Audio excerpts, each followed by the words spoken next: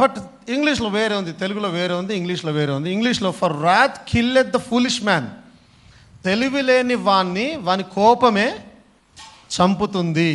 ఇంగ్లీష్లో రాయబడిన మాట, తెలుగులో వేరేగా రాసినారు, ఇంగ్లీష్లో రాయబడిన మాట అర్థమవుతుంది అందరికీ.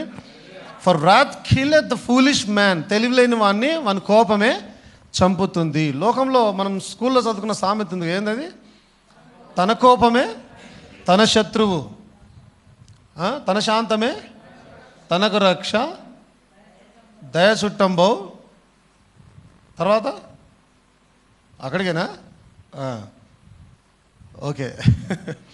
సో దౌర్భాగ్యమును మళ్ళీ అది తెలుగులో ప్రాపర్గా లేదు, ఇంగ్లీష్లో for wrath killeth the foolish man, కోపము తెలివిలేని వ్యక్తిని చంపేస్తా. అంటే వాడు చావునకు పోతూ ఉన్నాడంటే వాడికి తెలివి లేకుండా కోపం తెచ్చుకొని ఆ కోపం ద్వారా చావుకి వెళ్తూ ఉన్నాడు.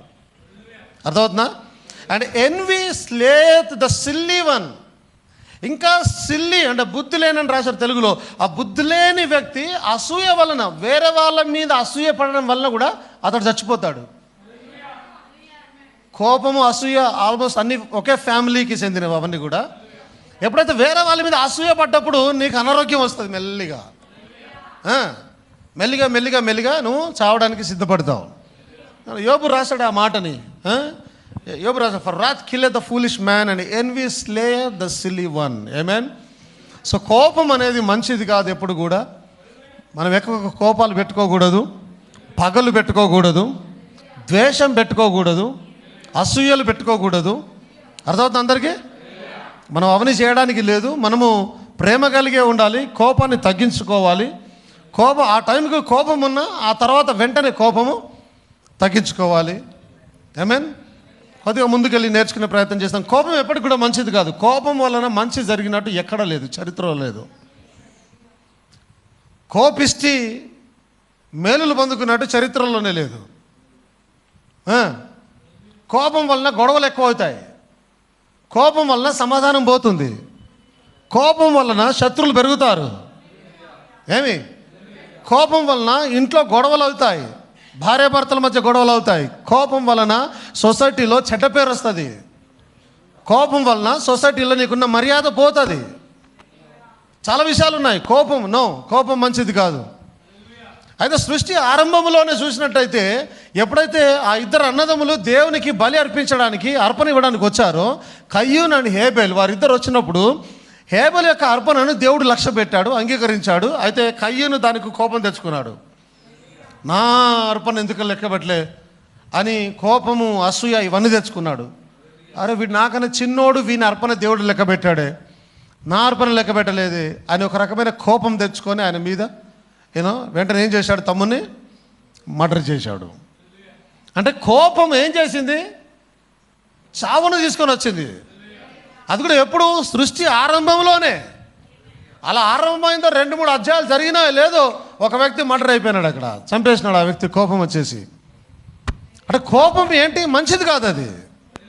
కోపము ఎంతకైనా తెగిస్తుంది. కోపము అదొక స్పిరిట్ అనమాట. కోపం అనేది అది నీలో ఉన్నప్పుడు నిన్ను చావడానికి తీసుకొని వెళ్తుంది. అది కోపం నీలో ఉన్నప్పుడు నిన్ను నాశనానికి తీసుకొని పోతుంది అది.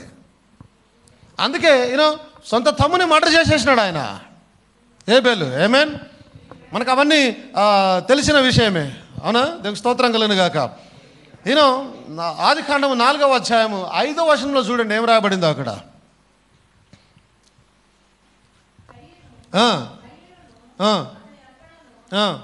కయ్యీనును అతని అర్పణను, ఆయన ఏదైతే ఆఫరింగ్ దేవునికి ఇచ్చాడో దాన్ని దేవుడు నిరాకరించాడు. దాన్ని దేవుడు లక్ష్య పెట్టలే, అంగీకరించలేదు కయ్యీను అర్పణని. కాబట్టి కయ్యీనుకు ఏమొచ్చిందంట? ఏమొచ్చింది? మిక్కిలి కోపం వచ్చి అతడు తన ముఖము చిన్నబుచ్చుకొనగా. ఆమేన్. యెహోవా కయ్యీనుతో నీకు కోపమేలా, నవేమి తల ఎత్తుకొనవా, వాకిట పాపముని పొంచి ఉండును, ఏలుదువా నేను. కయ్యూను తన తమ్ముడైన హేబెలుతో మాట్లాడిన. వారు పొలంలో ఉన్నప్పుడు కయ్యూను తన తమ్ముడైన హేబెలు మీద పడి అతనిని చంపెను. దీనికి కారణం ఏంటి? ఇప్పుడు ఇక్కడ కోపం క్లియర్గా రాయబడింది వాక్యంలో. ఆయన కోపం వచ్చింది. నా తమ్ముని అర్పణ దేవుడు లక్ష్య పెట్టాడు, నా అర్పణను అంగీకరించలేదు, నిరాకరించాడు అని కోపం వచ్చి తమ్ముడిని ఒంటరిగా ఉన్నప్పుడు పొలంలో తీసుకొని పోయి మంచిగా మాట్లాడుతూ ప్రేమ చూపి ఎంత రాయి తీసి ఏదో తీసి నెత్తి బలగొట్టేసి మర్డర్ చేసేసినాడు. కోపం కొన్నిసార్లు కోపము నీవు అదుపు లేకుండా ప్రవర్తించినట్టు చేస్తూ ఉంటుంది. కోపము కొన్నిసార్లు భయంకరమైన గొడవలకు కారణమవుతూ ఉంటుంది. నాకు తెలిసి ప్రతి ఒక్కరు కూడా దాని గుండా వెళ్ళిన వారే. జీవితంలో ఏదో ఒక సమయంలో అన్నదమ్ముల మధ్యనో, అక్కచెల్లెల మధ్యనో, తల్లిదండ్రుల పిల్లల మధ్యనో, భార్య భర్తల మధ్యనో ఏదో ఒక సమయంలో ఈ కోపము ద్వారా, భయంకరమైన కోపం ద్వారా, అది కూడా భయంకరమైన కోపం ద్వారా దాని గుండా వెళ్ళిన వారే ఉంటారు. అందరికీ అర్థమవుతుంది కోపం యొక్క పరిణామాలు ఎలా ఉంటాయి అనేది. కుటుంబాలే నాశనం అయిపోతాయి, కొన్నిసార్లు నాశనం అయిపోతాయి. అలాగున ఇప్పుడు ఏమంటారు, ఆదాము కుటుంబం నాశనం అయిందిగా. అప్పుడే పుట్టిన కొడుకు చనిపోలేదు, మర్డర్ చేయబడ్డాడు. కుటుంబంలో కలహం రేగింది, కుటుంబంలో గొడవ స్టార్ట్ అయింది. కారణం కోపం. దీనికి బదులుగా కయ్యను చేయవలసింది ఏంటంటే, అయ్యో నేను చేసిన తప్పేంది అసలు, దాన్ని చెక్ చేసుకునే బాగుంటుందని దాన్ని కనుక ఆయన చెక్ చేసుకునే ప్రయత్నం చేసి తనను తాను పరీక్షించుకునే ప్రయత్నం చేసినట్టయితే అతని అర్పణ కూడా తర్వాత దేవుడు లెక్క పెట్టవాడేమో.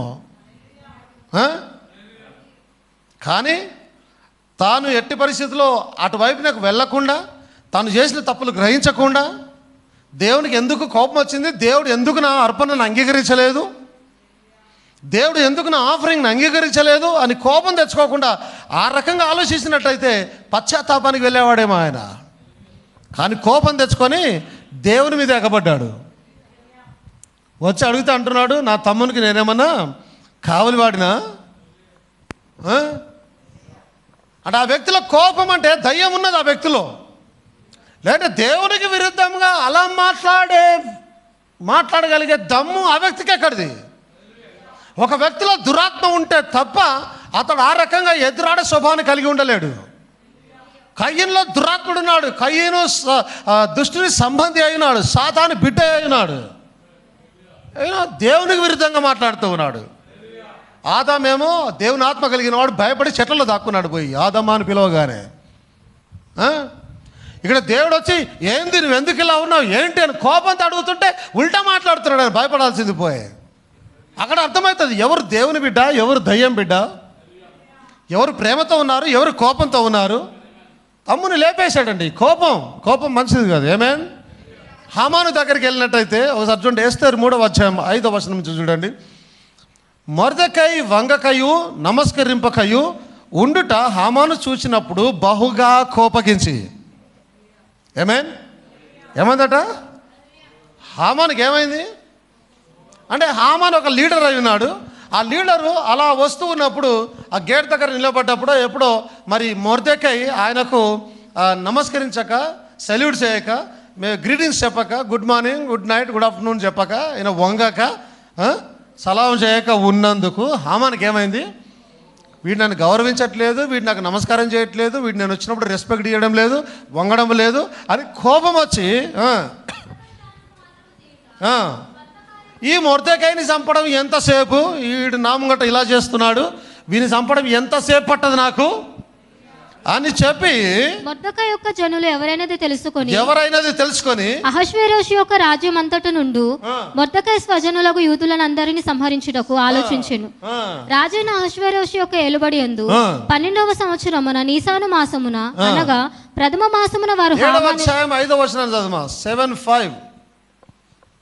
అందుకు రాజైన అహష్వేరోషు ఈ కార్యము చేయుటకు తన మనసు దృఢపరుచుకున్న వాడెవడు, వాడేడి అని రాణియగు ఎస్తేరును అడుగగా, ఎస్తేరు మా విరోధియగు ఆ పగవాడు దుష్టుడైన ఈ హామానే అనును. అంతటా హామాను రాజు ఎదుటను రాణి ఎదుటను భయక్రాంతుడాయను. రాజు ఆగ్రహం ఉంది ద్రాక్షారసపు విందును విడిచి నగరు వనమునకు పోయెను. అయితే రాజు తనకు ఏదో హాని చేయని ఉద్దేశించినని హామాను తెలుసుకొని రాణి అయిన ఎస్తేరు ఎదుట తన ప్రాణము కొరకు విన్నపము చేయుటకై నిలిచెను. చిన్న థింగ్స్ జరిగి ఉన్నాయి అక్కడ. చివరికి అతని కోపమే అతనికి శత్రువు అయింది. తన కోపమే తనకు శత్రువు అయింది. మెల్లిగా ఆ పరిస్థితి అంతా దేవుడు ఎక్కడికి, హామాను మీదకి తీసుకొని వచ్చాడు. చివరికి హామానుకు కష్టం వచ్చేసింది. హామాను రాజు దృష్టిలో పడ్డాడు. ఎస్తేర్ వచ్చేసి రాజు దగ్గర మనవి చేసుకుంటా ఉన్నది. అప్పుడు రాజు ఎవరు ఇలా చేసింది అలా చేసింది అన్నప్పుడు హామానే చేశాడు అని అన్నప్పుడు హామాను పరుగున రాణి దగ్గరకు వచ్చాడు.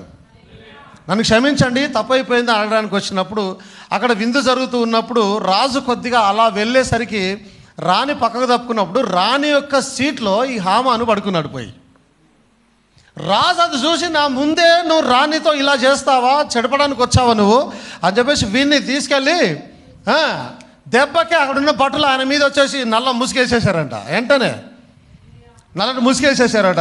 ఇప్పుడు చాలా గమనిస్తే వాళ్ళని తీసుకొని పోతున్నప్పుడు అక్కడున్న సైన్యాధికారి ఒక ఆయన అంటాడు, అయ్యా వీడు హామాను మొర్దెకైని చంపడానికి ఒక ఉరికాయ తన ఇంటి దగ్గర చేయించాడు, ఉరి చేసి చంపడానికి.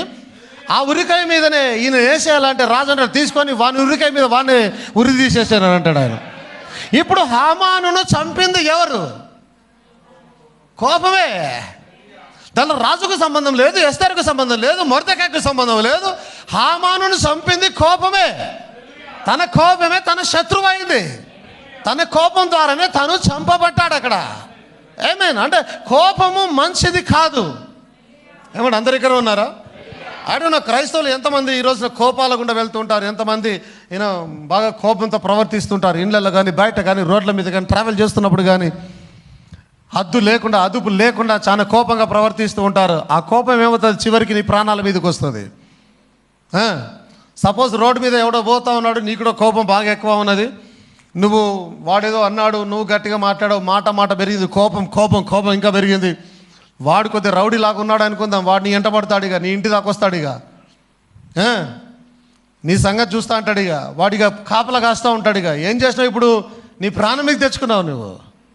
వాడు నీ కొరకు గల్లీలో కాపలు కాస్తూ ఉంటాడు. ఇక నువ్వు ఎటుపోతే అటు వస్తూ ఉంటాడు, నేను ఏదో ఒక రకంగా ఏదో చేయాలని తిరుగుతూ ఉంటాడు వాడు. అంటే కోపం ఎప్పటికి కూడా మంచిది కాదు. నేనేమంటాను, హామాను దగ్గరికి వచ్చి, ఏమయ్యా మొర్దెకై, కనీసం మర్యాద ఇవ్వవా, నేను అధికారిని అయి ఉన్నాను, నువ్వు మర్యాద ఇచ్చే ప్రయత్నం చేయి, లేదంటే పరిస్థితులు సీరియస్గా ఉంటాయి, ఓకే, ఇది మంచిది కాదు, నేను ఇదై ఉన్నాను అని ఒక మాట మాట్లాడింటే అయిపోయేది. మొర్దెకై పొద్దున్న లేవగానే గుడ్ మార్నింగ్ చెప్పేవాడేమో.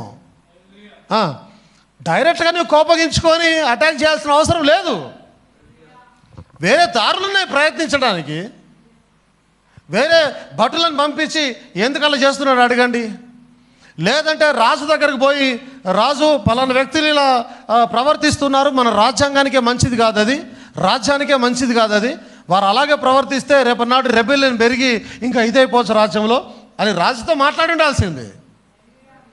ఇతడు దాన్ని పర్సనల్గా తీసుకొని వీళ్ళ జాతిని అందరూ చంపించే ప్రయత్నం చేస్తూ ఉన్నాడు ఆయన.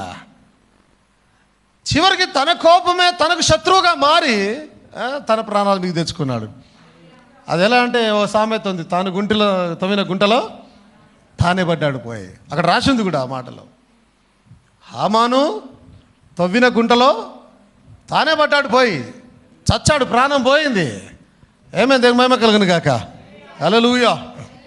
సో చూడండి, కోపం అనేది ఎప్పుడు కూడా మంచిది కాదు. కోపం అనే ఆ తాడు నీ మెడ చుట్టూ బిగుసుకొన కన్నా ముందే నువ్వు మేలుకుంటే మంచిది. ఎప్పుడే కానీ సరి అయిన సమయానికి స్పందించడం అనేది చాలా మేలుకరం. ఆలస్యం కాకుండా, నువ్వు ఇరుక్కున్నా, ఎక్కడైనా గొడవలో ఇరుక్కున్నా, ఎక్కడైనా ఇదైనా సరే ఆలస్యం కాకుండా ముందే నువ్వు కనుక స్పందించగలిగితే నువ్వు అపాయాన్ని తప్పించుకోగలుగుతావు. హామానుకు మెడకు ఆ తాడు ఉరి చుట్టుకోకన్నా ముందే అతడు కొద్దిగా తెలివి కలిగి ప్రవర్తించినట్లయితే ముందు కాలంలోనే అతడు బతికేవాడు. అతడు రాజు దగ్గర ఒక మంచి స్థానంలో ఉన్నాడు, ఉన్నత స్థానంలో ఉన్నాడు. ఆయన ఏదో మామూలు భటుడు కాదండి, సైన్యాధికారిగా ఉన్నాడు అక్కడ ఆయన. అలాంటి పరిస్థితి నుంచి దిగజారిపోయి ఎక్కడికి వెళ్ళి మరణానికి పోయి ఉన్నాడు. ఎంత సిగ్గుకరం అంటే తాను చేయించిన ఆ కొయ్య మీద తానే చచ్చాడు పోయి. పబ్లిక్ ఎంత చెడ్డగా మాట్లాడుకుంటారు ఇప్పుడు, ఎంత చీప్ అయిపోతాడు పబ్లిక్ దృష్టిలో. కారణం వల్ల కూడా కోపమైనది. ఆమేన్, హల్లెలూయా. నీ కోపము ప్రస్తుతం నువ్వు శిక్ష పొందడానికి, ఆమేన్, దేవుని తీర్పుని ఎదుర్కోవడానికి కారణమవుతుంది. జాగ్రత్తగా గమనించండి. ఆమేన్. ఒకసారి చూడండి, సామెతలు 19వ అధ్యాయం 19వ వచనం చదవండి ఒకసారి. 19 ప్రొవర్బ్స్. మహాకోపి అగువాడు దండన తప్పించుకొనడు. అందరు ఎక్కడ ఉన్నారా? మహాకోపి అగువాడు దండన అంటే శిక్ష. నువ్వు కోపము నీలో ఉంటే నువ్వు ఖచ్చితంగా శిక్షకు పాత్రుడవుతావు, శిక్షకి పాలి భాగస్తుడవుతావు కంపల్సరీ. నువ్వు శిక్షను భరించాల్సిందే. శిక్ష నీ మీదకి అది ఎవరో దేరు, నువ్వే శిక్షను నీ మీదకి తెచ్చుకుంటావు. యాక్చువల్లీ నువ్వే తెచ్చుకుంటావు నీ మీదకి శిక్షను. అర్థమవుతుందా?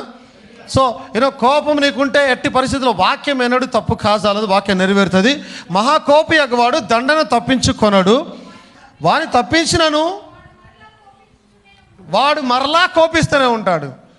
ఏమంటారు? ముక్కోపి అంటారు. అవునా? ముక్కోపేనా? ముక్కోపి అంటే తొందరగా కోపం వచ్చే వ్యక్తి, చిన్నదానికే కోపం వచ్చే వ్యక్తి, ఏదైనా అంటే సుర్రమని కోపం వచ్చే వ్యక్తి. అది మంచిది కాదు. అది నో, చెప్తున్నాను కదా, అది నీలో సమాధానం లేకుండా చేస్తుంది, నీ కుటుంబంలో కూడా సమాధానం లేకుండా చేస్తుంది అది. కానీ అవతల వ్యక్తులు నీ మీద ఏమైనా అన్నప్పుడు కొద్దిసేపు నెమ్మదిగా ఉన్నావు అనుకో, అంతా నార్మల్ అయిపోతుంది. ఏం గొడవలే ఏమీలే. నన్ను కాదని తుడుచుకొని వెళ్ళామనుకో, ఆ తర్వాత వాళ్ళే సైలెంట్ అయిపోతారు, అరిసే వాళ్ళు. రోడ్డు మీద కూడా ఎవడైనా తిడుతూ ఉన్నాడు అనుకో, నువ్వు సైలెంట్గా ఉండు, ఎంతసేపు అరుస్తాడు? తర్వాత అందరూ వాడిని తిడతారు. ఇక నువ్వు సైలెంట్గా ఉంటావు. ఏం అరుస్తున్నారు? ఓకే రైట్కి వెళ్ళాను కాదు, నువ్వు సైలెంట్గా వెళ్ళిపోవచ్చు. మనందరికీ అనుభవాలు ఉండేటి. ఈవెన్ నేను కూడా కొన్ని సమయాల్లో పాతకాలంలో ఎవరిని ఇదైతే చిర్ర మీదకి వేసి పడేది. ట్రాఫిక్లలో అక్కడ ఇక్కడ గొడవలు పెట్టుకునేంత పని అయ్యేది యాక్చువల్లీ. మరి గొడవల దాకా ఎప్పుడు పోలేదు నేను. ఏదో మాట అనుకొని ఇంకా అక్కడి నుంచి వాడు తిడుతుంటేనే అట్లే వెళ్ళిపోయే పనులు చేసేవాళ్ళం. అప్పుడు జ్ఞానం ఎక్కువగా లేనప్పుడు మాట్లాడుతున్నాను నేను. కానీ ఇప్పుడు అలా కాదే. ముక్కోపిగా, కోపిష్టిగా, చిన్నదానికి చిర్రెత్తుకొని అట్టట ఇట్టట అని బుర్రమని అరుస్తూ, నో, అది మంచిది కాదు. అది దానివల్ల నువ్వు తీర్పులోనికి వచ్చే అవకాశాలు చాలా ఉంటాయి. ఎందుకంటే దానివల్ల నష్టమే ఎక్కువ కాబట్టి, దానివల్ల సమస్యలు పెరుగుతాయి, దానివల్ల పాపం పెరుగుతుంది. దానివల్ల కోపం వలన ఆశీర్వాదం రాదు, కోపం వలన పరిశుద్ధత రాదు, సమస్యలు వస్తాయి. సమస్యలే, అపరిశుద్ధతనే, పాపమే, ఉగ్రతనే. కోపం చిన్నగానే అనిపిస్తుంది, ప్రాణాలు పోయినాయి అక్కడ. కోపం ముందు కనిపించదు, ప్రాణాలు తీసేసింది. అది తీసింది ఎవరు? కోపం. ఇప్పుడు హేబెల్ని చంపింది ఎవరు? కోపం. ఇక్కడ హామాను చంపింది ఎవరు? తన కోపమే. చాలా ఉన్నాయట, చాలా అంటే చాలా ఉన్నాయి. అనేక సార్లు కుటుంబాల్లో గొడవలు అయిపోయి విచ్ఛిన్నమైపోతూ ఉంటాయి. కారణం ఏంది? మీ కోపమే. మీ కోపమే. దానికి మహిమ కలుగును గాక. సో కోపం వచ్చినప్పుడు సాకులు చెప్పడం మానేసేయాలి. కోపం వచ్చినప్పుడు నేను బాగా ఉద్రేకం అయ్యాను, నేను బాగా ప్రెషర్ ఉండే, నాకు అందుకే కోపడ్డాను, అవన్నీ కాదు. నీకు ప్రెషర్ ఉంటే ప్రాణం మీకు తెచ్చుకుంటావా? ఏమండి? ప్రెషర్ ఉంటే ప్రాణం మీకు తెచ్చుకుంటామా? ఉద్రేకం వచ్చేస్తే ఇతరులను తిట్టేస్తామా? గొడవ పడతామా? ఇంట్లో అరుచుకుంటామా? తల్లిదండ్రుల మీదకి ఎగబడతామా? పిచ్చి వాళ్ళలాగా పెద్దవారి మీదకి ఎగబడతామా? చిన్నవాళ్ళ మీదకి ఎగబడతామా? అట్లా కోపం వచ్చినప్పుడు వస్తే ఎంత ప్రెషర్ ఉన్నా, ప్రెషర్ అందరికి ఉంటుందిగా. ప్రెషర్ లేని వారు ఎవరండి ఇక్కడ? పొద్దున్న లేచి డ్యూటీలో గుర్తున్నారంటేనే ప్రెషర్. ఉద్యోగం ప్రెషర్, కాలేజ్ ప్రెషర్, ఎడ్యుకేషన్స్, అవునా? అన్ని ప్రెషర్స్ లేని వారు ఎవరు? నీ ఒక్క కోపానికి ఇక నాకు ప్రెషర్ ఉండే, ఒత్తిడి వచ్చేసింది, బాగా ఉద్రేకం అయిపోయాను, అవన్నీ చెప్పొద్దు. అక్కడ మ్యాక్సిమం కోపం రాకుండా ఉండే ప్రయత్నమే చేయాలి. అన్నిటికీ ఇంకా సొల్యూషన్ ఏంటంటే అవతల వారు ఏమన్నా కానీ సైలెంట్గా నోరు మూసుకుంటే సరిపోతుంది. రాజేంద్ర నవ్వుతున్నాడు మరి.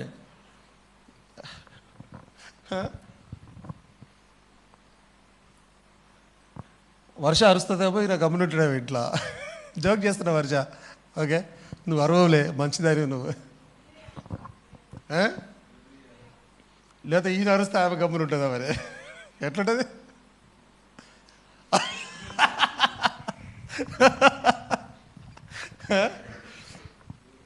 యా, నువ్వు సైలెంట్గా ఉంటావు, అది ఆశీర్వాదం. దేవుడు మాట్లాడతాడు. చాలు కుండ బద్దలు కొట్టాక దేవుని మహిమ కలిగింది కాక, దేవుని స్తోత్రం కలిగింది కాక. సో కోపం అనేది మంచిది కాదు, సమస్యలు తీసుకుని వస్తుంది. అది నేను ఉద్రేకం అనేది అందరికి వస్తుంది. ఒక మాట అనగానే ఉద్రేకం వచ్చేస్తుంది, అవునా? ఇప్పుడు నేను పాస్టర్ లెవెల్లో ఉన్నాను, నేను అనుకుంటాను గౌరవం ఉండాలి, నాకు గౌరవం రావాలనుకుంటాం, సంఘం గౌరవించాలి పాస్టర్ని. ఎవరు రెస్పెక్ట్ ఇవ్వకపోతే వెంటనే కోపం వచ్చేది. ఏమన్నా నువ్వు కనీసం రెస్పెక్ట్ ఇస్తలేవు నాకే అనడం లేదు. కోపం తెచ్చుకోకూడదు, సైలెంట్గా ఉండు. దేవుడు నేర్పిస్తాడు వాళ్ళకి ఎలా రెస్పెక్ట్ ఇవ్వాలో, వాక్యం బోధించు, పాస్టర్కి ఎలా విలువ ఇవ్వాలో. కోపం తెచ్చుకోవడానికి లేదు, అర్థమవుతుందా? కోపం తెచ్చుకోవడానికి లేదు, ప్రేమతోటే. కోపం మంచిది కాదు. ఆమేన్, హల్లెలూయా. మోషే దగ్గరికి వెళ్దాం. మోషేలో దెన్ ఆ తర్వాత ఉన్న ఇంకొక వ్యక్తిలో ఈరోజు గొప్ప పాఠం నేర్చుకోబోతున్నాం మనం. ఓకే, సో మోషే భూమి మీద ఉన్న వారందరిలో మిక్కిలి సాత్వికుడై ఉన్నాడు. సాత్వికుడు అంటే నెమ్మది కలిగిన వాడు, అంతేనా? నెమ్మది కలిగిన వాడు సాత్వికుడు, శాంతమూర్తి, శాంతం కలిగిన వాడు. దానికి స్తోత్రం కలిగిన కాక, హల్లెలూయా. అయితే మోషే గురించి మనం ధ్యానం చేసినట్టయితే, మోషే కీర్తనలు 106వ అధ్యాయం 33వ వచనంలో చూడండి ఒకసారి. ఎట్లనగా వారు అతని ఆత్మ మీద తిరుగుబాటు చేయగా కాని మాట పలికెను. ఎవరు పలికింది? మోషే. పాపం కోపం వచ్చేసింది ఆయనకి. అంటే ప్రజలు ఆయన మీద తిరుగుబాటు చేశారట. ఎట్లా తిరుగుబాటు చేశారట? Because they provoked his spirit. అంటే అతని హృదయాన్ని నొచ్చుకునే రకంగా ప్రవర్తిస్తూ ఉన్నారు వారు. మోషేని అతని ప్రాణాన్ని విసిగిస్తూ ఉన్నారు, బాధ పెడుతూ ఉన్నారు. సంఘ కాపరి ప్రాణాన్ని విసిగిస్తూ ఉన్నారు, బాధ పెడుతూ ఉన్నారు. ఆయన కోపం వచ్చేసి కాని మాట ఒకటి మాట్లాడాడట. అంటే మాట్లాడకూడని మాట ఒకటి ఎవరు మాట్లాడారు? మోషే మాట్లాడాడు. ఇది ఎప్పుడు జరుగుతూ ఉన్నది అని అంటే, ఆ నీళ్ళు అవసరం పడినప్పుడు, దాహం అవుతూ ఉన్నప్పుడు, ఎందుకు తీసుకొచ్చావు? ఇంతకుముందు సచినోళ్ళతోనే మేము కూడా చస్తే బాగుండే కదా, మమ్మల్ని ఎందుకు తీసుకొచ్చి ఇక్కడ దాకా చంపడానికి? మాకు నీళ్ళు లేవు తాగడానికి, ఇక్కడ కూరగాయలు లేవు, బీరకాయలు లేవు, అవి లేవు ఇవి లేవని గొడవ దిగినారు అందరు కూడా. గొడవకు దిగినప్పుడు ఈయన కోపం తెచ్చుకున్నాడు, ఆల్రెడీ ఉగ్రంతో ఉన్నాడు ఈయన అహరోను ఇద్దరు వెళ్ళి గుడారము యొక్క ఎంట్రన్స్లో దేవునికి సాగిలపడగా ఆ షెకినా మహిమలో నుంచి దేవుడు కనిపించి దేవుడు మాట్లాడుతున్నాడు వారితో. ఆమేన్, దేవుడు మాట్లాడుతూ ఉన్నాడు. చాలా జాగ్రత్తగా గమనించండి. ఎప్పుడైతే మోషేకు కోపం వచ్చిందో దేవుడు అన్నాడు, వెళ్ళి బండతో మాట్లాడని అన్నాడు ఆయన. ఆమేన్. ఏం చేయాలి?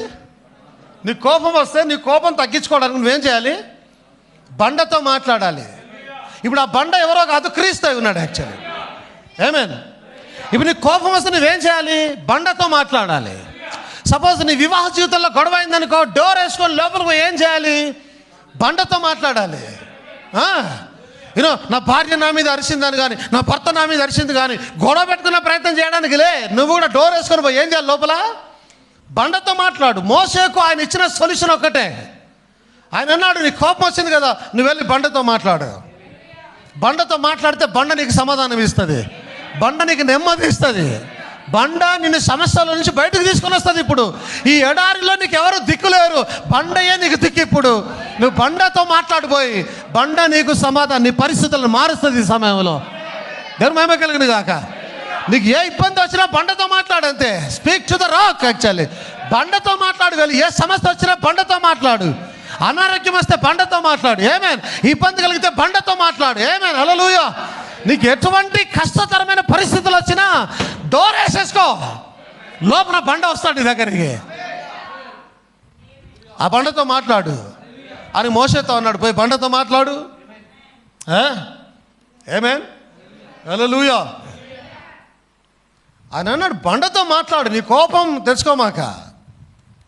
నువ్వు కోపం తెచ్చుకుంటే ఈ ఉద్యోగం చేయలేవు. నువ్వు కోపం తెచ్చుకుంటే ప్రజల ముందు గెలవలేవు. నీ కోపం రాకూడదు. నువ్వు ఎందుకు కోపం తెచ్చుకుంటున్నావు? నువ్వు వెళ్ళి బండతో మాట్లాడు. ఓసారి ఏమన్నాడు ఆయన, వాళ్ళు నిన్నే కాదు నన్ను కూడా తృణీకరించారు, నిరాకరించారు. బట్ కోపం తెచ్చుకున్నాడు ఆయన. పోండ్రపై మీరు ఎట్లా బతుకుని అన్నాడా? లేదు, వాళ్ళు రాజు కావాలంటే సర్లే. అంటే చాలా జాగ్రత్తగా గమనించాడు. మోషకు కోపం వచ్చింది. కోపంతో ఉన్నప్పుడు బండతో మాట్లాడమని అన్నాడు ఆయన. ఆమేన్, హల్లెలూయా. చాలా జాగ్రత్తగా గమనించండి. ఎప్పుడైతే ఆయన బండతో మాట్లాడాల్సింది పోయి బండని కొట్టాడు యాక్చువల్ ఆయన. అవునా? ఆ దేవుడు అన్నాడు బండతో మాట్లాడని అన్నాడు. నువ్వు పోయి బండను కొట్టావు. అంటే ఎప్పుడైతే కోపము నీ మీద రాజ్యం చేస్తుంటుందో నీవు సరిగా ప్రవర్తించలేవు. ఎప్పుడైతే ఆ కోపం యొక్క ప్రెషర్ కింద, ఇన్ఫ్లుయెన్స్ కింద నువ్వు ఉంటావో, నీ మీద కోపం ఎప్పుడైతే రాజ్యం చేస్తుందో ఆ టైంలో నువ్వు సరైన నిర్ణయాలు తీసుకోలేవు. కోపంలో నువ్వు నిర్ణయాలు తీసుకోకూడదు ఎట్టి పరిస్థితిలో. కోపంలో నిష్టానుసారంగా మాట్లాడకూడదు. ఏ మాట మాడితే ఆ మాట వచ్చేస్తుంది ఆ టైంలో కోపంలో. అందుకే కోపం వచ్చినప్పుడు నువ్వేం చేయదు, సైలెంట్గా పక్కన పోయి కూర్చొని, అన్నిటికన్నా ద బెస్ట్ సొల్యూషన్ ఏంటంటే బండతో మాట్లాడే ప్రయత్నం చేయి. ఆ బండ నీ సమస్యను తొలగిస్తుంది. యాక్చువల్లీ ఆ బండలో శక్తి ఉన్నది, ఆ బండలో జీవం ఉన్నది. ఆ బండ ఎవరో కాదు, యేసుక్రీస్తుల వారే ఉన్నారు. ఆయనతో మాట్లాడే ప్రయత్నం చేయి. నువ్వు డోర్ వేసుకొని ఆయనతో మాట్లాడే ప్రయత్నం చేయి. చర్చ్కి వచ్చినప్పుడు ఆయనతో మాట్లాడే ప్రయత్నం చేయి. ప్రయాణంలో ఉన్నప్పుడు ఆయనతో మాట్లాడే ప్రయత్నం చేయి. ఉద్యోగంలో ఉన్నప్పుడు ఆయనతో మాట్లాడే ప్రయత్నం చేయి. ఏదో సమస్య వచ్చినప్పుడు అక్కడక్కడే బండి ఆపుకొని రోడ్డు పక్కన పోయి అక్కడే బండతో మాట్లాడే ప్రయత్నం చేయి. ఎందుకంటే బండ అరణ్యం అంతా కూడా వాళ్ళతోనే వస్తూ ఉన్నది. నీ జీవితంలో నువ్వు ఎక్కడ వెళ్ళినా బండ నీతోనే ఉంటుంది యాక్చువల్లీ. ఆమేన్. నువ్వు ప్రయాణం పోతే ప్రయాణంలో బండ నీతోనే ఉంటుంది అక్కడ. నీ ఉద్యోగం అయితే నీ ఉద్యోగంలో బండ నీతోనే ఉంటుంది అక్కడ. ఇంట్లో నీతోనే ఉంటుంది, చర్చ్లో నీతోనే ఉంటుంది, షాపింగ్కి వెళ్ళినప్పుడు నీతోనే. నువ్వు ఎక్కడ వెళ్తే అక్కడ బండ నీతోనే ఉంటుంది. ఎందుకు ఆయన అన్నాడు, ఇదిగో సదాకాలం నేను మీతోనే, మీలోనే ఉన్నానని అన్నాడు ఆయన. బండ తోడుగా ఉంటుంది ఎప్పుడు కూడా. ఆ బండతో మాట్లాడు. ఇంకా లిటరల్గా విశ్వాసం మీద ఆధారపడగలిగితే నువ్వు పెద్ద మోకరించాల్సిన అవసరం లే. అర్థమవుతుందా? అప్పటిదప్పుడే ఇలా మాట్లాడు. అప్పటిదప్పుడే చేస్తాడు. నిలబడి, ప్రభా ఈ సమస్యలో ఉన్నాను ప్రభా అను. పక్కనే ఉంటాడు ఆయన. ప్రార్థన ఎలా చేయాలో చెప్తాను, గుర్తుంచుకోండి. లేదా బండతో ఎలా మాట్లాడాలో చెప్తాను, గుర్తుంచుకోండి. ఓకే? సపోజ్ రోడ్డు మీద ఉన్నావు నువ్వు, సడన్గా నీకు బండతో మాట్లాడాలనిపించింది. ఎట్లా చేయాలబ్బా? మోకరించాలి, స్తోత్రం స్తోత్రం స్తోత్రం చెప్పాలి, ఎవరైనా చూస్తారేమో. నీకు మాట్లాడాలనిపించిందా? ఓకే, సిగ్నల్ పడ్డదా? సిగ్నల్ 40-50 సెకండ్స్ ఉందా? 50 సెకండ్స్లోనే నువ్వు బండతో మాట్లాడేయచ్చు. నువ్వు మోకరించాల్సిన అవసరం లే, నువ్వు గగ్గోలు పెట్టాల్సిన అవసరం లే, స్తోత్రం స్తోత్రం స్తోత్రం అని చెప్పి ఏదో చేయాల్సిన అవసరం లే. No, you are in a different place, in a different situation. ఆ సిచ్యువేషన్లో నువ్వు జస్ట్ బండతో మాట్లాడు. ఏమని మాట్లాడాలి తెలుసా? ప్రభా ఈ సమస్యలు ఉన్నా నాయనా, నన్ను తప్పించు ప్రభా, నీకు వందనాలు తండ్రి. అయిపోయింది, బండతో మాట్లాడడం అయిపోయింది. బండ నీ సమస్యను తీరుస్తాడు ఖచ్చితంగా. అనుభవపూర్వకంగా తెలుసుకునే ప్రయత్నం చేయండి. యెహోవా ఉత్తముడని రుచి చూసి తెలుసుకునే ప్రయత్నం చేయండి. ఆయన ఖచ్చితంగా నెరవేరుస్తాడు ఆ సమయంలో. ఎందుకంటే బండ నువ్వు ఎక్కడ పోతే నీ ఎంట వస్తూ ఉంది. వారిని వెంబడించిన బండ క్రీస్తే. వారు ఎటు పోతే అట్టే పోతా ఉంది ఆ బండ. నీతో కూడా వస్తుంది. నువ్వు ఆత్మ ఇశ్రాయేలు ఉన్నావు, నీతో కూడా బండ వస్తూ ఉన్నది. నువ్వు బండతో మాట్లాడు. జస్ట్ అలా పక్కనే ఉంటాయి, నీ పక్కనే ఆ బండతో మాట్లాడు. ప్రభా ఈ సమస్య వచ్చింది నాయన, నన్ను కాపాడు ప్రభా. అయిపోయింది, బండతో మాట్లాడడం. ఒక గంట సేపు గగ్గలు పెట్టాల్సిన అవసరం లేదు, గంట సేపు ప్రార్థన చేయాల్సిన అవసరం లేదు. ఫ్యూ సెకండ్స్ ఆ ట్రాఫిక్ సిగ్నల్లో సిగ్నల్ పడినంత సేపులో చాలు నువ్వు నీ బండతో మాట్లాడేయచ్చు. నువ్వు టెన్షన్ ఫ్రీ అయిపోతావు. దేవుని మహిమ కలుగును గాక. కానీ ఏం జరిగింది మోషేతో చూడండి. మాట్లాడు బండతో అంటే బండను కొడుతూ ఉన్నాడు ఆయన. కొట్టడానికి గల కారణం ఏంటంటే కోపం. ఆమేన్, హల్లెలూయా. బ్రదర్ బ్రాన్ ఇశ్రాయేల్ ఎంత చేసిన ఆయన మాట్లాడుతూ అంటాడు. Did you ever study that right close? Moses had a temper. మోషేకు బాగా టెంపర్ ఉన్నది, అంటే సిర్రు బిర్రుమని ముక్కోపి టెంపర్. మోషేకు టెంపర్ ఉన్నది. You know that finally kept him out of the promise land, his temper. అతని కోపమే, అతని ఉగ్రతనే చివరికి అతనిని వాగ్దాన దేశంలోకి రాకుండా చేసిందని అంటూ ఉన్నాడు ఆయన. ఎంత పెద్ద నష్టం అంటే అది మామూలు నష్టమా? భయంకరమైన నష్టం అది. అదేదో సామెత ఉంది, అంత బతికి గుడెనక చచ్చాడన్న సామెతలాగా అంతగానో నడిపించిన యోధుడు ప్రవక్త చివరికి దానిలోకి వెళ్ళలేకపోయి ఉన్నాడు. ఆ కారణం కొరకే దేవుడు అతన్ని పుట్టించి తీసుకొని వస్తే ఆ కారణంలో పాలిపాస్తుడు కాలేకపోయినాడు ఆయన. కారణం కోపం. ఒకసారి తీయండి ఆ మాటల్ని. నంబర్స్ 25 నుంచి, సంఖ్యాకాండం 20, 5, 6, 7, 8 వచనాలు 10, 12 వరకు ఉన్నాయి చూడండి. నేను చాలాసార్లు గమనించిన విషయం ఏంటంటే, మనం చాలాసార్లు బోధించుకున్నప్పుడు మోషే వాగ్దాన దేశంలోకి వెళ్ళలేదు, ఎందుకంటే అతడు బండను కొట్టాడు. బండను కొట్టినప్పుడు దేవుడికి కూడా కోపం వచ్చింది. అతడు కోపం వచ్చి బండతో మాట్లాడమంటే బండను కొడితే నీళ్ళు వచ్చాయి, కానీ దేవుని కోపం వచ్చి ఆయన అన్నాడు, నువ్వు వాగ్దాన దేశంలోనికి వెళ్ళవు. అవునా? ఆమేన్. కాబట్టే మోషే వాగ్దాన దేశంలోకి వెళ్ళలేకపోయాడు. మోషే ఒక్కడే కాదండి, మోషే ఒక్కడే కాదు, మోషేతో పాటు పరిచర్యలు ఉన్న అహరోను కూడా. అహరోను కూడా వాగ్దాన దేశంలోకి వెళ్ళాడని దేవుడు చెప్పాడు. యాక్చువల్లీ నాట్ ఓన్లీ మోషే. చదవమోసారి. ఈ కాని చోటికి మమ్మను తెచ్చుటకు ఐగుప్తులో నుండి మమ్మను ఎలా రప్పించితిరి.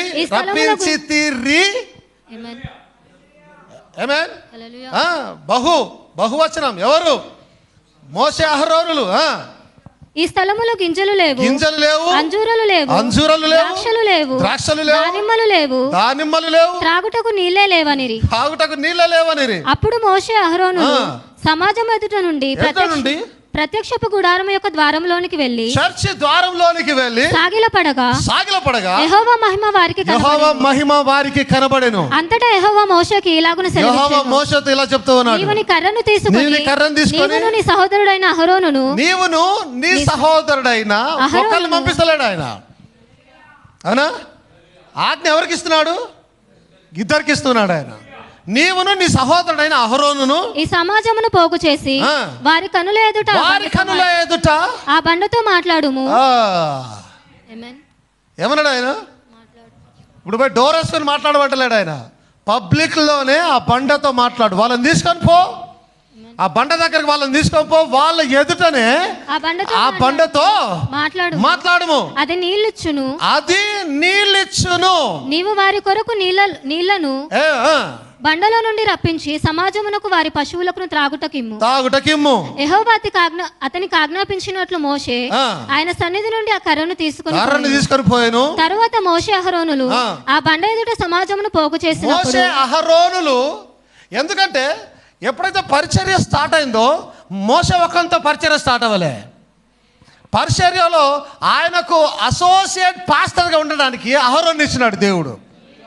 మోషే అన్నాడు, నాకు మాట్లాడడానికి చేత కాదు, నేను ఎట్లా అంటే సరే నీకు బదులుగా అహరోను మాట్లాడతాడు వెళ్ళని అన్నాడు ఆయన. ఆయన అన్నాడు, నేను నీకు ఎలాగ దేవుణ్ణో నువ్వు అహరోనికి దేవుడు అని అన్నాడు ఆయన. ఆమేన్. సో పరిచర్యలో ఇద్దరు భాగస్థులు అయి ఉన్నారు. అసోసియేట్ పాస్టర్ భాగస్థులు అయి ఉన్నాడు. అసోసియేట్ పాస్టర్ తప్పు చేస్తే కూడా అది అందరి మీదకి శిక్షణ తీసుకుని వస్తుంది. అందుకే 5-4 మినిట్స్ ఎవరైనా సరే క్రమానికి లోబడే పని చేయాలి. ఒక్కరు తప్పు చేసినా వారందరి మీదకి, సంఘం అంతటి మీదకి ఆ పాపం చుట్టుకునే అవకాశాలు ఎక్కువగా ఉంటాయి, దుర్బోధ చుట్టుకునే అవకాశాలు ఎక్కువగా ఉంటాయి. ఆమేన్. సో చూడండి, చదవండి. అతడు వారితో, ద్రోహులారా వినుడి, మేము ఈ బండలో నుండి మీ కొరకు నీళ్లు రప్పింపవలెనా. ఏమన్నాడు ఆయన? కాని మాట నేను. ఎందుకంటే ఆ మోసే యొక్క మనస్సును వారు గాయపరిచారు. ఆ మోసే యొక్క ఆత్మను వారు ప్రొవోక్ అంటే వారు ఏమంటారు, రేగొడుతున్నారు, రెచ్చగొడుతూ ఉన్నారు, ప్రొవోక్ చేస్తూ ఉన్నారు. అప్పుడు కోపం వచ్చి కీర్తనలు ఆయన రాస్తూ ఉన్నాడు, మోసే కాని మాట మాట్లాడెను. ఇక్కడ వచ్చేసి మోసే ఏమంటున్నాడు చూడండి. అతడు వారితో, ద్రోహులారా వినుడి, మేము ఈ బండలో నుండి మీ కొరకు నీళ్లు రప్పింపవలెనా. మేము ఎవరు? నేను అనడం లేదాయన, మేము ఈ బండలో నుండి నీళ్లు రప్పించవలెన అనేను. అప్పుడు మోషే తన చెయ్యి ఎత్తి 2 మారులు తన కర్రతో ఆ బండను కొట్టగా రెండు మారులు తన కర్రతో ఆ బండను కొట్టగా ఒక్కసారిగా దానికి ఏమైందో అర్థమవుతలేదు ఆ టైంలో. ఏమండి అంటే కోపంలో ఉన్న వ్యక్తి సరైన నిర్ణయాలు తీసుకోలేడు. కోపంలో ఉన్న వ్యక్తి దేవుని నీతిని నెరవేర్చలేడు. కోపంలో ఉన్న వ్యక్తి సరి అయిన పద్ధతిలో ప్రవర్తించలేడు. ఇష్టానుసారముగా మాట్లాడతాడు. ఆయన కోపంలో ఏం చేస్తున్నాడో తనకే తెలియదు. కొట్టడం ఏంటండి? పంటను కొట్టడం ఏంటి? ఎవరిని కొడుతున్నాడు తెలుసా? ఆయన ఎవరు కొడుతున్నాడు? ఆయన క్రీస్తుని కొడుతూ ఉన్నాడు. ఆయన ఒక్కసారి కాదు 2 సార్లు కొట్టాడు క్రీస్తుని.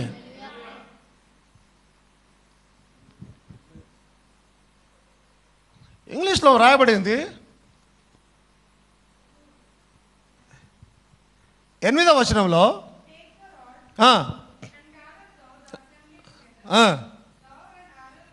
Brother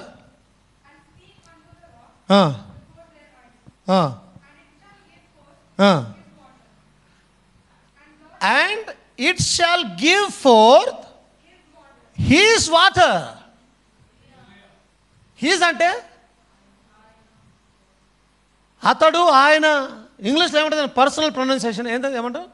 personal noun. ఇంగ్లీష్లో చెప్పండి. ఇంగ్లీష్ హలో ఇంగ్లీష్ ఏమంటారు దాన్ని? హీస్ అనేది పర్సనల్ నౌన్ అంటారు. ఏమంటారు దాన్ని మీరు? నౌనే కదా, personal noun, pronoun, personal. He's water, అది అతన్ని నీళ్ళు ఇచ్చును. ఏమేన్ అంటే ఎవరిని కొడుతూ ఉన్నాడు? కోపం వచ్చి ఎన్నిసార్లు కొడుతూ ఉన్నాడు? ఎలా కంట్రోల్ తప్పాడు ఆయన కోపం వచ్చి? ఎలా ఇష్టానుసారం ప్రవర్తిస్తూ ఉన్నాడు? బండ ముందు ప్రజల ముందు బండతో మాట్లాడమంటే బండను 2 సార్లు కొట్టాడు ఆయన. తన కర్రతో ఆ బండను కొట్టగా నీళ్లు సమృద్ధిగా ప్రవహించెను. ఆమేన్. సమాజమును పశువులను త్రాగెను. అప్పుడు యెహోవా మోషే అహరోనులతో మీరు ఇశ్రాయేలుల కనుల ఎదుట తప్పు చేసింది మోషే, కానీ శిక్ష ఇద్దరి మీదకి వచ్చింది. ఏమి అర్థమవుతుంది మీకు అందరికి? తప్పు చేసింది మోషే, శిక్ష ఇద్దరి మీదకి వచ్చింది. ఎందుకంటే పరిచర్యలో 2 భాగస్థులై ఉన్నారు వారు. ఇప్పుడు ఆయన అంటాడు, అప్పుడు మోషే అహరోనుతో మీరు ఇశ్రాయేలుల కనుల ఎదుట నా పరిశుద్ధతను సన్మానించినట్లు నన్ను నమ్మకొనకపోతిరి గనుక ఈ సమాజమును నేను వారికి ఇచ్చిన దేశంలోనికి మీరు తోడుకొని పోరని చెప్పాను. సమాజమును నేను వారికి ఇచ్చిన దేశంలోనికి మీరు తోడుకొని పోరని చెప్పాను. మీరు మోషే అహరోనులు జనరల్గా అందరూ చెప్పుకుంటారంటే మోషే తప్పు చేసినాడు, మోషే అహరోనులు ఇద్దరు కూడా మీరు వాగ్దాన దేశంలోనికి మీరు తోడుకొని వెళ్ళరు వారిని, మీరు వెళ్ళలేరు లోపలికి. అవి మోరీబా జలమనబడెను. 23 నుంచి చదువుమా. అప్పుడు యెహోవా ఏదోము పొలిమేర యొద్దనున్న హోరు కొండలో మోషే అహరోనులకు ఇలాగు సెలవిచ్చాడు. హోరు కొండ దగ్గరికి రాగానే మోషే అహరోనుతో మాట్లాడుతూ ఉన్నాడు. ఆయన అహరోను తన పితరులతో చేర్చబడును. అహరోను దేవుడు స్టార్ట్ చేశాడు. దేవుడు అన్న మాట మీద దేవుడు నిలబడ్డం స్టార్ట్ చేశాడు. దేవుడు అన్నాడు, మీరిద్దరు వాగ్దాన దేశంలోనికి ఎట్టి పరిస్థితుల్లో మీరు వెళ్ళలేరు, వెళ్ళకూడదు, అంతే కదా. That's it, finish. దేవుడు ఆజ్ఞాపించాడు. దేవుడు నెమ్మదిగా హోరు కొండ దగ్గరికి రాగానే లేదా వాగ్దాన దేశానికి సమీపంలోకి వస్తూ ఉండగానే దేవుడు స్టార్ట్ చేశాడు. దేవుడు అంటూ ఉన్నాడు, అహరోను తన పితరులతో చేర్చబడును. అంటే దాని అర్థం ఏంటి? అహరోను చస్తాడు ఇప్పుడు. ఏమి? అహరోను చేర్చబడును. ఏలయనగా మెరీబా నీళ్ల యొద్ద మీరు నా మాట వినక నా మీద తిరుగుబాటు చేసి గనుక నేను ఇశ్రాయేలులకు ఇచ్చిన దేశమందు అతడు ప్రవేశింపడు. నీవు అహరోనును అతని కుమారుడైన ఎలియాజరును తోడుకొని అహరోను వస్త్రములు తీసి. పరిచర్య ఇంకా అయిపోలేదు, పరిచర్య ఇంకా ముందుకెళ్ళాలి. వాగ్దాన దేశంలోనికి ప్రజలు ఇంకా వెళ్ళలేదు. కానీ యాజకుడు ఎవరైనారు? అహరోను యాజకుడై ఉన్నాడు యాక్చువల్లీ. సో పరిచర్య ఆగడానికి లేదు. దేవుడు వ్యక్తిని చంపుతున్నాడు కానీ పరిచర్యను చంపడం లేదు ఆయన ఎట్టి పరిస్థితుల్లో. ఆయన అన్నాడు, హోరు కొండ దగ్గర అహరోను కుమారుని ఎలియాజరు తీసుకొని పోయి అహరోను మీద ఉన్న వస్త్రాన్ని తీసి ఎలియాజరుకు తొడిగించి, అహరోను తన పితరులతో చేర్చబడి అక్కడ చనిపోవును. యెహోవా ఆజ్ఞాపించినట్లు మోషే చేసెను. సర్వ సమాజము చూచుచుండగా వారు హోరు కొండనెక్కిరి. మోషే అహరోను వస్త్రములు తీసి వస్త్రాలు పరిచర్య ఆపసాలటి పరిస్థితిలో దేవుని స్తోత్రం కలిగిన గాక. అందరు నాతోనే ఉన్నారా? దేవుడు పరిచర్యను ఆపసాలటి పరిస్థితిలో. ఎందుకంటే సంఘము పరిపక్వత వచ్చే వరకు 5-fold మినిస్ట్రీ జరుగుతూనే ఉంటుంది. మనుషులు చనిపోవచ్చును, సేవకులు చనిపోవచ్చును, కానీ 5-fold మినిస్ట్రీ ఎప్పటికీ చావదట్టి పరిస్థితిలో అది నడుస్తూనే ఉంటుంది. ప్రజలను నడిపిస్తూనే ఉంటుంది, సంఘాన్ని కడుతూనే ఉంటుంది. అది దేవుడు మనుషులను చంపుతాడేమో కానీ పరిచర్యను చంపడట్టి పరిస్థితులు ఆయన అహరోను ఖచ్చితంగా చస్తాడు ఈ దినాన.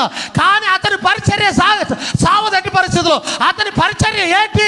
మోషేతో పాటుగా ఇశ్రాయేలులను ఆ యొక్క వాగ్దాన దేశంలోకి తీసుకొని వెళ్ళాలి. అంటే వాగ్దాన దేశం పోయేదాకా అహరోను పరిచర్య ఆగదట్టి పరిస్థితిలో. ఆగొద్దు అనంటే ఇప్పుడు కంటిన్యూ కావాలంటే అహరోను ప్లేస్లో వేరే వాళ్ళని ఎన్నుకున్నాడు దేవుడు. ఎందుకంటే అహరోను చస్తున్నాడు, దేవుడు చంపేస్తున్నాడు. అక్కడ దేవుడే చంపుతున్నాడు లిటరల్గా. అహరోను మోసే ఏం చేశాడు? అహరోను వస్త్రాలను తీసి తన కుమారుడైన ఎలియాజరు మీద వేశాడు. అహరోను కొండ శిఖరమున చనిపోయెను. అహరోను కొండ శిఖరమున చనిపోయెను. ఎక్కడ? భలే ఉందిగా ఇది. అహరోను దేవుడు ఆజ్ఞాపించినట్టుగా కొండ శిఖరానికి ఎక్కి ఒక వ్యక్తి తనంతట తాను ప్రాణం విడిచాడు.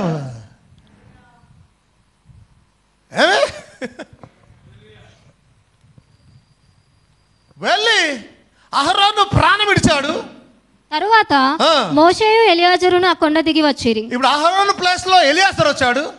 తర్వాత మోషేను ఎలియాజరు కిందికి దిగి వచ్చారు. అహరోను చనిపోయినని సర్వ సమాజం గ్రహించినప్పుడు తమ సేవకుడు చనిపోయినాడని, తమ యాజకుడు చనిపోయినాడని సర్వ సమాజం గ్రహించినప్పుడు ఇశ్రాయేలీయుల కుటుంబీకులందరూ అహరోను కొరకు 30 దినములు దుఃఖము సలిపిరి. 30 దినాలు ఏడుస్తూనే ఉన్నారట వారు.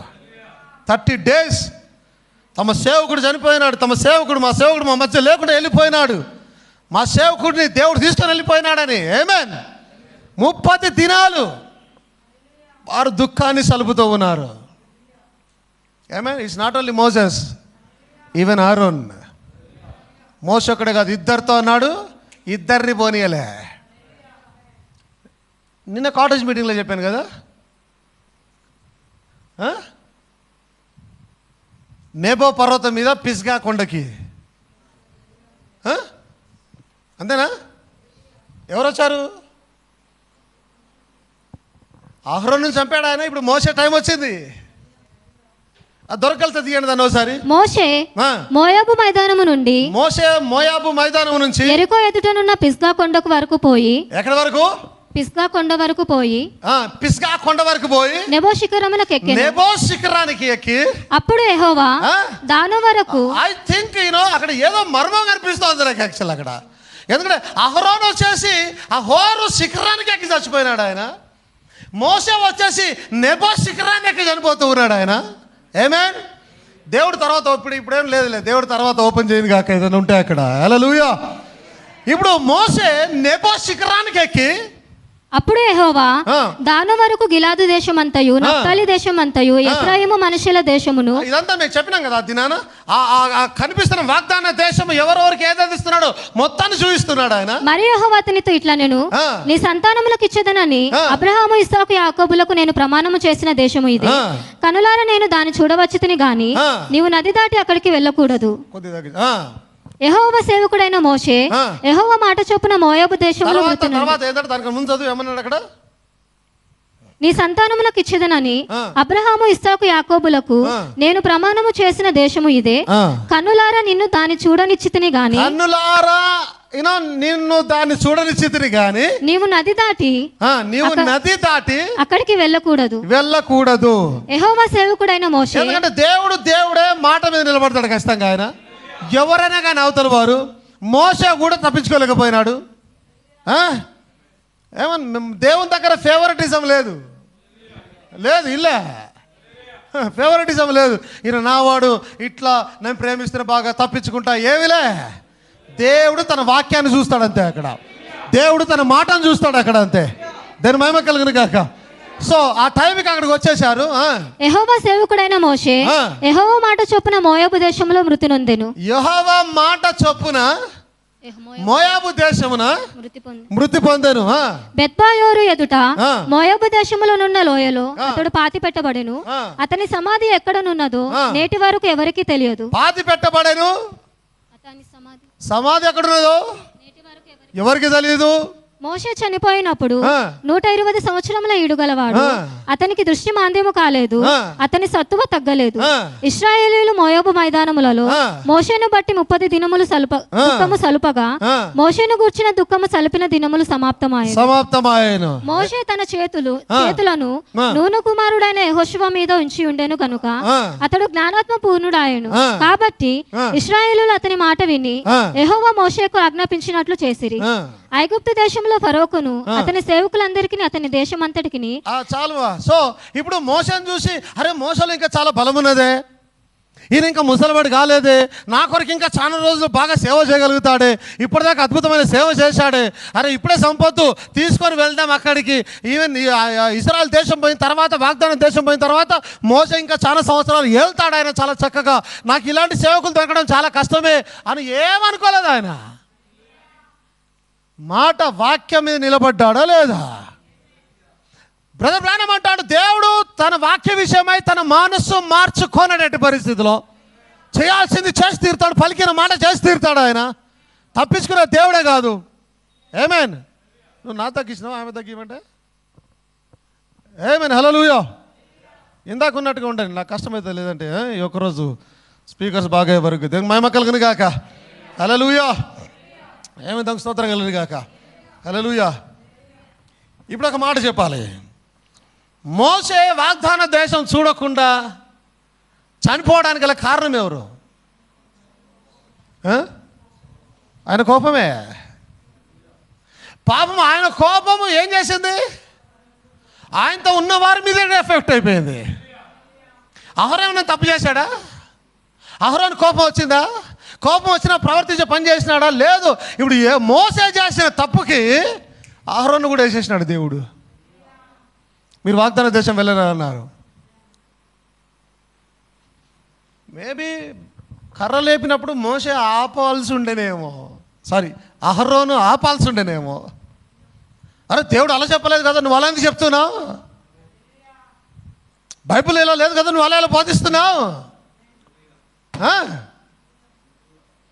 దేవుడు మాట్లాడమన్నది కదా, నువ్వు ఎందుకు కర్ర లేపుతున్నావు ఏంటి? ఆయన అన్నాడు, బిడ్డ పదండి. ఆ బండ గురించి నేను ప్రసంగం చేయాలని ఛానల్ నుంచి అనుకుంటున్నాను. అద్భుతమైన ప్రసంగం అసలు అది. వారిని వెంబడించిన ఆ బండ క్రీస్తే. ఏమేమి దేవుని మహిమ కలుగును గాక. తమ కోపమే వాగ్దాన దేశం వెళ్ళకుండా, పాలు తేనెలు ప్రవహించే దేశం వెళ్ళకుండా అప్పటిదాకా కష్టపడ్డారు. అప్పటిదాకా ఎడార్లో తిరిగి తిరిగి తిరిగి కాలు నచ్చి తిండి సరిగా లేకుండా కష్టాలు, ఇబ్బందులు, వాడితో యుద్ధం, వీడితో యుద్ధం, ఎక్కడ ఎవడు అటాక్ చేస్తాడో తెలియదు. ఇప్పుడు వాగ్దాన దేశం అంటే సమాధానంతో బ్రతికే దేశం అది. దేవుడు తోడుండి నడిపించే దేశం అది. దానిలోకి వెళ్ళలేకపోయినారు. పగలంతా కష్టపడ్డారు, సాయంత్రం వచ్చేసరికి వారి కష్టాన్ని అనుభవించలేకపోయినారు, కష్టం యొక్క ఫలితాన్ని అనుభవించలేకపోయినారు వారు. కారణం కోపం. వారికి ఉన్న ఉగ్రత, మోషేకు వచ్చిన కోపం. అందుకే వాక్యం సెలవిస్తుంది, కోపపడుడు కానీ పాపం చేయకుడి. అక్కడనేమో వాక్యంలో రాబడింది, ఆయన కాని మాట పలికాడు.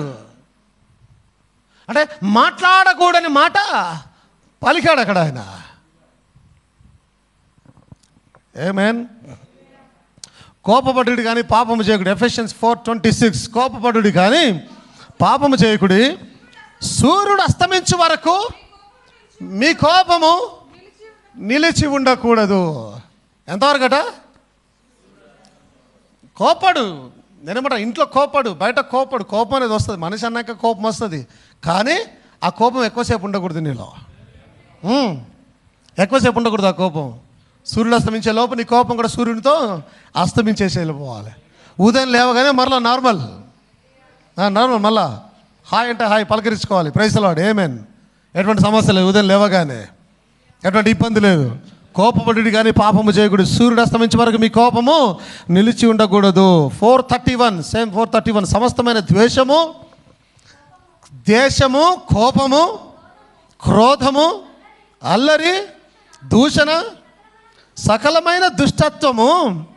అంటే కోపం అనేది ఏంది? దుష్టత్వము. అది సాతానునికి సంబంధించింది, దుష్టునికి సంబంధించింది కోపము. అక్కడ ఏమేమి రాస్తారు చూడండి.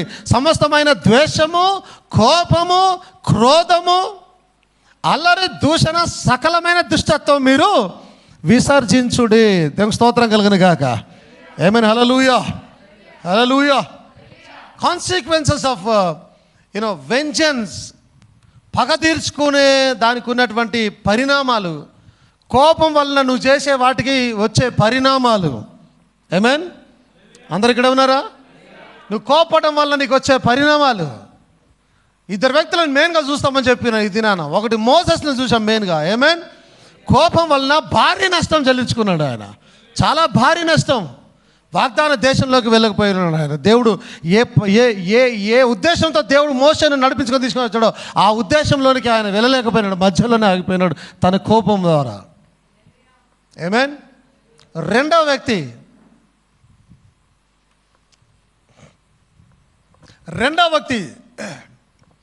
సిమియోను, ఇంగ్లీష్లో సిమియోన్, తెలుగులో పాత నిబంధన గ్రంథంలో షిమ్యోన్ అని రాయబడింది. ఓకే. దెన్ కొత్త నిబంధనలకు వచ్చేసి సుమయోను. ఏం రాయబడింది? సుమయోను అని రాయబడింది కొత్త నిబంధనలకు వచ్చేసరికి. ఓకే. సో పరిశుద్ధ గ్రంథంలో 4 సిమియోన్లు ఉన్నారు. ఎంతమంది? 4 సిమియోన్లు ఉన్నారు. చాలా జాగ్రత్తగా గమనించే ప్రయత్నం చేయండి. ఒక ఆయననేమో సిమియోను యాకోబు యొక్క కుమారుడై ఉన్నాడు. యాకోబు యొక్క 2వ కుమారుడై ఉన్నాడు. ఓకే. ఆయన ఆదికాండం 29వ అధ్యాయం 33వ వచనంలో ఉంది చూడండి ఆయన గురించి. ఆమె మరల గర్భవతి కుమారుని కానీ ఎవరు? లేయా. అవునా? లేయా ఎవరు? రేచల్ యొక్క అక్కనా చెల్లినా? అక్క. రేచల్ యొక్క అక్క లేయా. ఆ లేయా ఆమె మరలా గర్భవతి అయి కుమారుని కానీ నేను ద్వేషింపబడుతున్న సంగతి యెహోవా విన్నాడు కనుక ఇతన్ని కూడా నాకు దయచేసిన అనుకుని అతనికి సిమియోను అని పేరు పెట్టాను. సో మొదటి ఒక సిమియోను యాకోబు యొక్క 2వ పెద్ద కుమారుడు. రెండవ ఆయన లూకా సువార్త 2వ అధ్యాయం 25వ వచనంలో ఉంది చూడండి. యెరూషలేమునందు సుమేయోనను ఒక మనుషుడు ఉండెను. మీకు జ్ఞాపకం ఉందా? అంటే యేసుక్రీస్తును చూడకముందు అతడు మరణము రుచి చూడడని ఒక వాగ్దానం చేయబడిన ప్రవచనం కలిగి ఉన్నటువంటి ఒక వ్యక్తి సుమయోను. యెరూషలేములోకి ఎప్పుడైతే ఆయనకు సున్నతి చేయడానికి తీసుకొని వచ్చారో ఆ టైంలో యేసుక్రీస్తును ఆయన చేతిలో పట్టుకొని, నాదా ఇప్పుడు నీ దాసుని సమాధానంగా పోనిచ్చుచున్నావు అనే మాట పలుకుతాడు ఆయన. ఆ సుమయోను 2వ సుమయోను ఆయన. మూడవదిగా చూసినట్టయితే అపోస్తల కార్యములు 13వ అధ్యాయం 1వ వచనంలో ఉంది చూడండి. 3వ సిమియోను. యాక్ట్స్ 13:1. అంతియొకయలోనున్న సంఘములో, ఎక్కడ? యాంటియోక్లో సంఘం ఉంది, క్రైస్తవ సంఘం. ఓకే. ఆ అంతియొకయలో ఉన్న సంఘములో బర్నబా, నీగేర్ అనబడిన సుమయోను, కురేనీయుడైన లూకియా, శతార్థాధిపతి అయిన హేరోదుతో కూడా పెంచబడిన మన యేసు, సౌలు అను ప్రవక్తలను బోధకులను ఉండిరి. సో 3rd సిమియోన్ ఎక్కడున్నాడు? అంతియొకయ అనే సంఘంలో అక్కడ ఉన్నాడు ఆయన, బర్నబాతో పాటుగా. నీగేర్ అనబడిన సిమియోన్ అక్కడ ఉన్నాడు. 4th వన్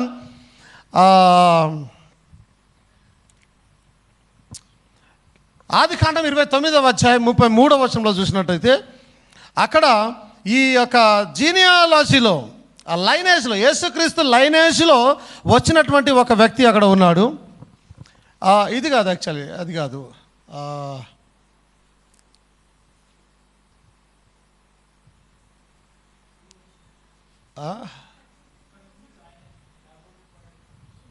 అది కాదు అయిపోయింది, ఫస్ట్లో అయిపోయిందిగా. ఇంకోటి సిమియోన్ అని కొట్టండి, లూకాలో వస్తాడు చూడండి. యేసుక్రీస్తు లైనేజ్లో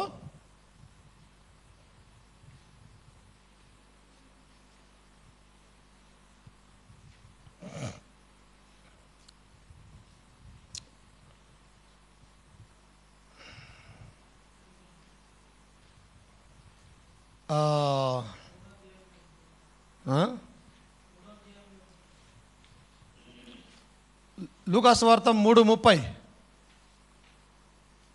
అంతేనా?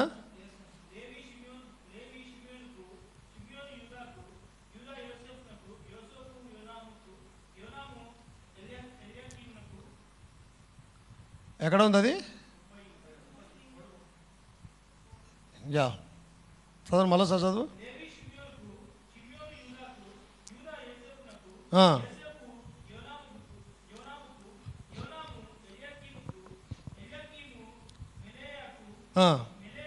చాలు. సిమియోన్ ఉన్నాడు దాంట్లో, ఉన్నాడా? ఆయన యేసుక్రీస్తు లైనేజ్లో వచ్చినట్టు ఒక సిమియోను, 4వ వ్యక్తిగా 4 సిమియోన్లు ఉన్నారు. ఈరోజు 2 గురించి మనం చూస్తున్నాం, ఒకటి మోసెస్, ఇంకోటి సిమియోన్. ఆమేన్, హల్లెలూయా, దేవుని మహిమ కలుగును గాక. సో చూడండి, ఈ సిమియోను లేవీతో బాగా ఫ్రెండ్షిప్ కలిగి ఉన్నాడు. ఓకే, లేవి గోత్రము, సిమియోను గోత్రము. అందరికి ఐడియా ఉందా గోత్రాలన్నీ? అందరికి ఐడియా ఉందా? సిమియోను, లేవి, గోత్రాలు. అందరు వినండి చాలా జాగ్రత్తగా, ముగిస్తున్నాను తొందరలోనే, ఎక్కువసేపు ఉంచాను మిమ్మల్ని. ఈ సిమియోను చాలా కోపం కలిగిన వాడై ఉన్నాడు. జాగ్రత్తగా గమనించాలి. మన సబ్జెక్ట్ ఈరోజు కోపములకు వచ్చేటటువంటి పరిణామాలు. ఓకే, సో ఎప్పుడైతే మీరు ఈ సిమియోను అనే పదానికి అర్థం ఏంది చూసినట్టయితే, దేవుడు వినుట లేదా దేవుడు జవాబిచ్చెను అనే అర్థం వచ్చేటటువంటి పేరు సిమియోను. ఎందుకంటే 29:30 చూడండి, జెనసిస్ 29:30 చూసినట్టయితే, యాకోబు రాహేలును కూడెను, మరియు అతడు లేయా కంటే రాహేలును బహుగా ప్రేమించి. ఎవరు ఇక్కడ? లేయా, రేచల్ ఇద్దరు ఉన్నారు. ఎవరున్నారు? లేయా, రేచల్. అయితే యాకోబు వీళ్ళిద్దరి కొరకు 7 సంవత్సరాలు కష్టపడి వచ్చాడు ఆయన, కానీ ఎక్కువగా ప్రేమించింది రేచల్ను. అర్థమవుతుందా? రేచల్ని ఎక్కువగా ప్రేమించాడు ఆయన. ఇప్పుడు ఇక్కడ చూసినట్టయితే రాహేలును బాగా ప్రేమించి అతనికి మరి 7 కొలువు చేశాను.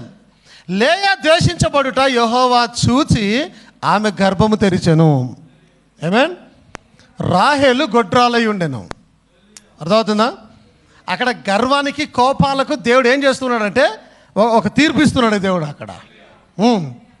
యాకోబు చూపించిన తారతమ్యానికి దేవుడు బుద్ధి చెప్పే ప్రయత్నం చేస్తూ ఉన్నాడు అక్కడ. ఆయన రాహేలును గొడ్రాలు చేశాడు. ఈమె ఏమంది, ఈమె ద్వేషించబడ్డం చూసి ఆమె మీద ఆయన కృప చూపి ఆమె గర్భాన్ని ధరిస్తూ ఉన్నాడు, లేయా గర్భాన్ని.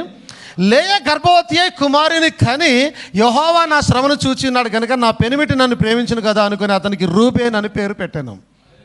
ఫస్ట్ పుట్టినవాడు రూబేన్, జ్యేష్ఠుడు కుటుంబంలో. అందరు ఇక్కడ ఉన్నారా? కుటుంబంలో జ్యేష్ఠుడు పెద్దవాడు రూబెన్. ఆ తర్వాత ఆమె మరలా గర్భవతి అయి కుమారుని కని, నేను ద్వేషింపబడితేనన్న సంగతి యెహోవా విన్నాడు గనుక ఇతని కూడా నాకు దయచేసిన అనుకుని అతనికి సిమియోన్ అని పేరు పెట్టాను.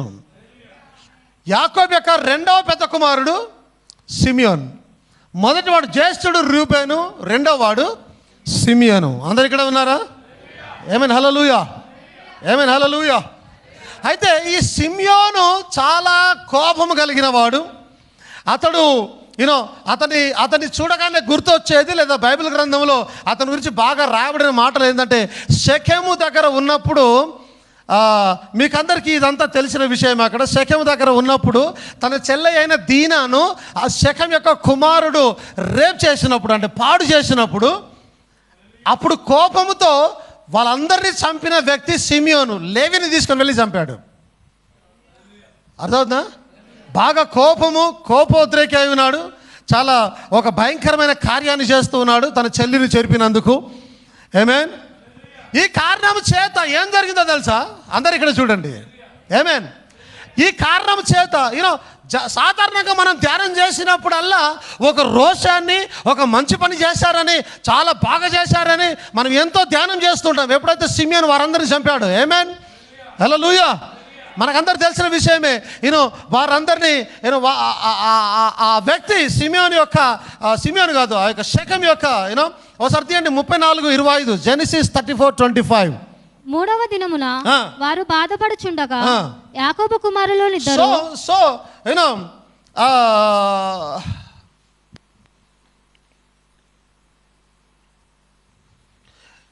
అయ్యా, ఇప్పుడు ఈ యొక్క దీనా, ఈ 12 మంది యొక్క చెల్లె దీనా ఆ ల్యాండ్లో ఉన్నటువంటి కుమార్తెలను చూడవెళ్ళిందంట ఆమె. ఓకే, కుమార్తెలను చూడవెళ్తే ఈ రోజులో జరిగినట్టుగానే రోడ్డు మీద ఒక సహోదరి ఒంటరిగా కనిపిస్తే ఎలాగైతే పాడు చేసే ప్రయత్నం చేస్తున్నారో, ఆ రోజున వీళ్ళు షెకెము వాడు కుమారుడు, అది పేరు తీసి చదువు మోసారు, దాని పైన ఉంటుంది చూడండి. యాకోబునకు కనిన కుమార్తెన దీనా ఆ దేశపు కుమార్తెను చూడవెళ్ళను. ఆ దేశం నేలిన హివ్వీయుడైన హామారు కుమారుడకు షెకెము ఆమెను చూచి ఆమెను పట్టుకొని ఆమెతో శయనించి ఆమెను అవమానపరిచెను. అతని మనసు యాకోబు కుమార్తె అయిన దీనా మీదనే ఉండెను. అతని తండ్రి పేరు హామోరు, అతని కుమారుడు ఎవరు? షెకెము దీనాను రేప్ చేశాడు, ఆయన పాడు చేశాడు, శారీరకంగా పాడు చేసేసినాడు, ఇల్లీగల్గా చేశాడు. కానీ దీనాన్ని ఇష్టపడ్డాడు షెకెము. ఇష్టపడి వాళ్ళ డాడీతో చెప్పాడు, డాడీ నేను ఆ దీనాన్ని ఇష్టపడుతూ ఉన్నాను, వెళ్ళి వాళ్ళ డాడీతో వాళ్ళతో మాట్లాడు, పెళ్ళికి నువ్వు వాళ్ళని ఒప్పింపజేసే ప్రయత్నం చేయి, నేను పెళ్లి చేసుకోవాలనుకుంటున్నాను దీనాన్ని అన్నప్పుడు హామోర్ వచ్చి మాట్లాడుతూ ఉన్నాడు. హామోర్ వచ్చి యాకోబుతో తన కొడుకులందరితో మాట్లాడుతూ ఇలా చేస్తూ ఉన్నామని, పెళ్లి చేసుకోవాలనుకుంటున్నాడు నా కుమారుడు, మీరు కావాల్సింది ఏం కావాలంటే అది ఇస్తాను, ఎంత కట్నం కావాలంటే అది ఇస్తాను. ఓలి కట్నం గురించి మాట్లాడుతున్నాడు ఆయన, ఎంత కావాలంటే అంత ఇస్తాము, ఈ రాజ్యాంగం మాది, ఈ ల్యాండ్ మాది, భూభాగం మాది, మీరు నివసించండి, మీరు సంపాదించుకోండి, మీరు చక్కగా ఉండండి, మా పిల్లల్ని మీకు ఇస్తాము, మీ పిల్లల్ని మాకు ఇవ్వండి, మంచిగా బంధాలు కలిగి ఉందాం, అవన్నీ మాట్లాడుతూ ఉన్నప్పుడు యాకోబు పిల్లలందరూ కలిసి సరే ఓకే, ఇంకా ఏం చేసేది లేదుగా, పాడు చేసినాడు కాబట్టి పెళ్లి చేయాల్సిందే, ఓకే అని ఒక షరతు పెట్టినారు. ఆమేన్, ఒక షరతు పెట్టినారు. ఏం షరతు అంటే, మీరందరూ సున్నతి చేయించుకుంటేనే మేము మా కూతురుని మీకు ఇస్తాము, మా చెల్లెని మీకు ఇస్తాం. వీరు ఆ షెకెము దీనాన్ని బాగా ప్రేమిస్తూ ఉన్నాడు. సరే, ఇంకా ప్రేమిస్తున్నాడు కాబట్టి తండ్రి కూడా దానికి ఒప్పుకున్నాడు. వారి గవిని వద్దకు వెళ్ళి ఊరు వారికి అందరికి ప్రకటించారు, ఇలా జరిగింది, ఇలా సో మనం అందరం సున్నతి చేసుకుంటే వారు ఇస్తామంటున్నారు పిల్లని, కాబట్టి అందరం సున్నతి చేసుకునే ప్రయత్నం చేద్దాం, కలిసి ఉందాం, మన పిల్లలు వాళ్ళకిద్దాం, వాళ్ళ పిల్లలు మనకిద్దాం అని వారు అక్కడ వారందరితో మాట్లాడినప్పుడు వారందరూ ఒప్పుకొని వెంటనే సున్నతి చేసుకోవడం ప్రయత్నించారు. ఓకే, సున్నతి చేసుకుంటూ ఉన్నారు. సున్నతి చేసుకున్నారు. చిన్నపిల్లలంటే సున్నతి తొందరగా మానిపోతుంది, పెద్దవారికి ఎట్లా మానేది అంత ఈజీగా.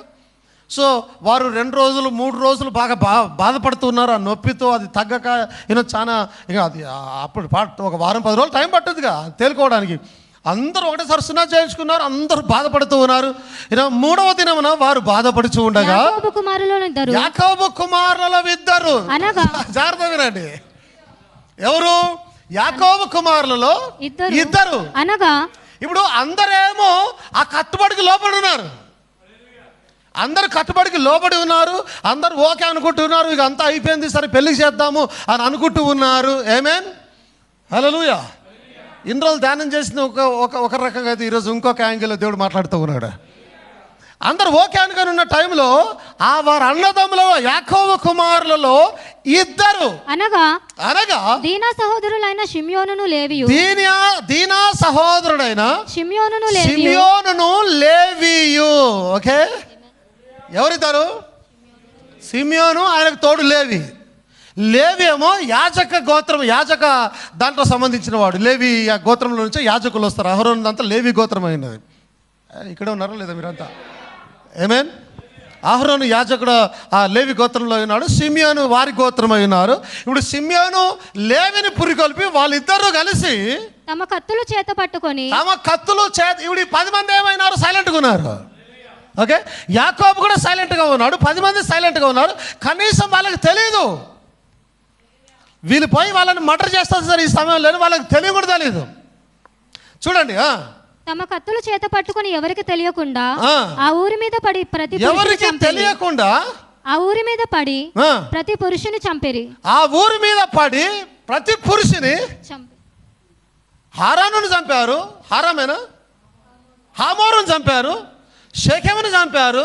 వీళ్ళు మాత్రమే కాదు, ఊర్లో ఉన్న ప్రతి పురుషుని చంపేశారు. ఈ సంగతి తెలిసి వారు హామోరును అతని కుమారుడైన షెకెమును కత్తివాత చంపి షెకెము ఇంట నుండి దీనాను తీసుకుని షెకెము ఇంట నుండి, అంటే దీనా ఎక్కడుంది? ఆల్రెడీ షెకెము దగ్గరే ఉంది దీనా. అంటే మేబీ బెట్రోతల్ లైక్ ఎంగేజ్మెంట్ టైప్లో సంథింగ్ ఏదో జరిగిపోయింది, ఆల్రెడీ ఆమె పోయి అక్కడే ఉన్నది. అంటే అందరు అంగీకరించారు, ఓకే ఇది బాగానే ఉంది, నెమ్మదిగా చెడిపేసినాడు కాబట్టి ఏం చేయలేని పరిస్థితి, సంథింగ్ వాళ్ళ అండర్స్టాండింగ్స్ ఎలాగున్నాయో. చంపేసి తన చెల్లెనైన దీనాన్ని తీసుకొని ఇంటికి వెళ్ళిపోయి సహోదరిని చెరిపినందున యాకోబు కుమారులు చంపబడిన వారు ఉన్న చోటికి వచ్చి ఆ ఊరు దోచుకొని వారి గొర్రెలను, పశువులను, గాడిదలను, ఊరిలోని దేమి, పొలములోని దేమి, వారి ధనము యావత్తును తీసుకొని, మొత్తాన్ని తీసుకొని, వారి పిల్లలందరినీ, వారి స్త్రీలను చెరపట్టి ఇండ్లనున్నదంతయు దోచుకొని, అప్పుడు యాకోబు వారి భార్యల్ని, స్త్రీలని, ఆస్తులు, పశువులు, పొలాలు మొత్తం ఏది ఉంటే అంత దోచుకొని వచ్చేసినారు. అప్పుడు యాకోబు షిమ్యోనును లేవిని చూచి, వింటున్నారు జాగ్రత్తగా, అప్పుడు యాకోబు షిమ్యోనును లేవిని చూచి, మీరు నన్ను బాధ పెట్టి, ఏంటట మీరు నన్ను బాధ పెట్టి ఈ దేశ నివాసులైన కనానీయులలోను పెరిజీలలోను అసహ్యునిగా చేశారు నన్ను. అంటే ఇప్పుడు ఏం జరుగుతా ఉంది? ఇప్పుడు కనుక దేశాలకు మధ్య గొడవ అయితే సపోజ్ భారతదేశము పాకిస్తాన్ మీద అటాక్ చేసింది అనుకో, పక్క దేశాలన్నీ అమ్మ బేకార్ గాడు ఇండియాడు ఉత్తగున్నెల మీద అటాక్ చేసినాడని, లేదా ఇప్పుడు పాకిస్తాన్ వాడు వచ్చి మన సైనికులను ఒక్కసారి 40 మందిని లేపేస్తే చుట్టుపక్కల దేశాలన్నీ పాకిస్తాన్ మీద దృష్టి పెట్టి వీరు చెడ్డ దేశాన్ని ముద్రేసినట్టుగా ఇప్పుడు యాకోబు పిల్లలు చంపినందుకు ఇప్పుడు ఎవరి మీదకి వస్తుంది? అది ఇప్పుడు మోసే చేసిన తప్పు ఎవరి మీదకి వచ్చింది? అహరోను మీద కూడా.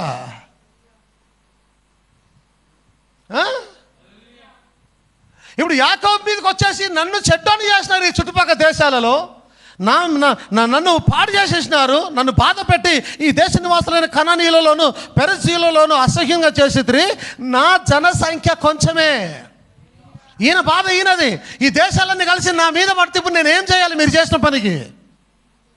వాళ్ళంతా వచ్చి మమ్మల్ని అటాక్ చేసి చంపే ప్రయత్నం చేస్తే మేము ఏం చేయాలి మీరు చేసిన పనికి? నా జనసంఖ్య కొంచెమే, వారు నా మీదికి గుంపుగా వచ్చి నన్ను చంపేదారు, నేనును నా ఇంటి వారును నాశనమగుదుమని చెప్పాను. ఆమేన్. ఎంతనే పెద్దల ఆలోచనలు వేరు, చిన్నోళ్ళ ఆలోచనలు వేరు, అంతేనా? చిన్నోళ్ళే, పెద్దోళ్ళే. పెద్దోడేమో కుటుంబం బాగుండాలని ఆలోచన చేస్తే, చిన్నోడేమో వాడి ఇష్టం వచ్చిన వాడు చేస్తూ ఉంటాడు. అంటే పిల్లల గురించి చెప్తున్నాడు అక్కడ. యాకోబు సిమియోను గురించి లేవి గురించి మాట్లాడుతా ఉన్నా. ఆమేన్. జనరల్గా అంతే జరుగుతుంది కదండి, ఊర్లలో కూడా ఏదైనా చిన్న ఇదైతే కొత్త ఫ్యామిలీ మీదకి అటాక్ వచ్చేస్తుంది. జనరల్ థింగ్స్ అది. ఆమేన్. అందుకు వారు వేశ్య ఎడల జరిగించినట్లు మా సహోదరి ఎడల ప్రవర్తించవచ్చునా అనిరి. ఇప్పుడు పాయింట్ ఏంటంటే, సిమియోను బాగా కోపంతో ఉన్నవాడు. ఏమంటారు? కోపిస్తే ఇంకా కోపద్రే అదంటారు. కోపలు తెచ్చేయాలి, మీకు అంత గట్టిగా చెప్పరాదు. కోపద్రేకుడు, అరే మంచిగా చెప్పండి. కోప అంటే మళ్ళీగా కోపలు తెచ్చేయాలి మీడ. కోపోద్రేకి, బాగా కోపిస్తే, ముంగోపి. అదే సామెతలు 10 మందిలో ఇట్టంటాడు ఒకడు ఉంటాడు అన్నట్టుగా ఈ 12 మందిలో ఇట్టంటాడు ఒకడు ఉన్నాడు సిమియోను.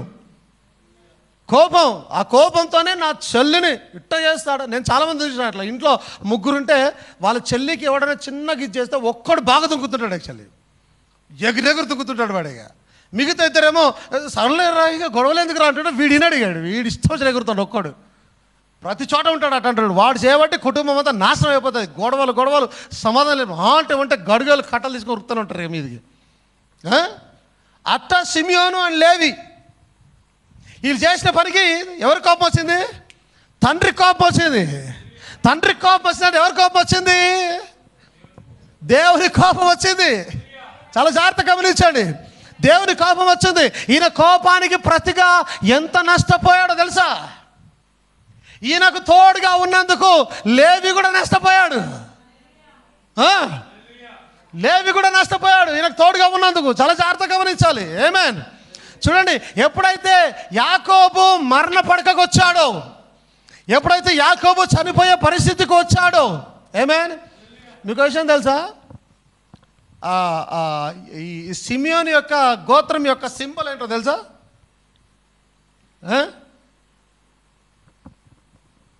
ఖడ్గం. ఖడ్గం ఉంటుంది వారి సింబల్.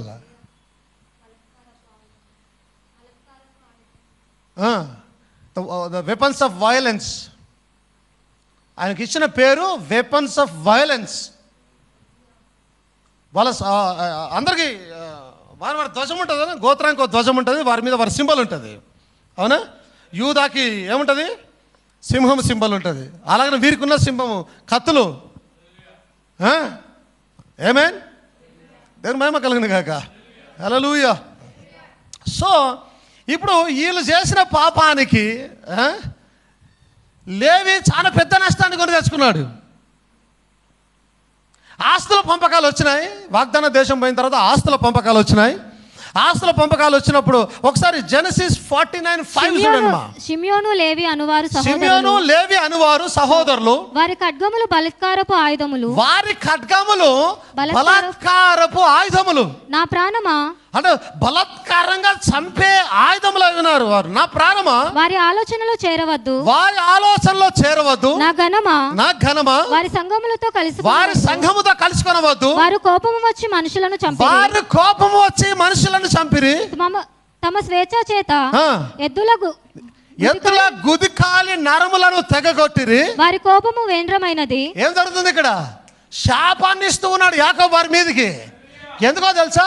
వారికి కోపం ఉన్న కారణం చేత ఆశీర్వాదానికి బదులుగా శాపాన్ని కూడా తెచ్చుకుంటున్నారు వీరు. కేవలం కోపం, వారికి ఉన్న ఉగ్రత, కోపం వల్ల సిమ్యోనుతో పోయినందుకు లేవి,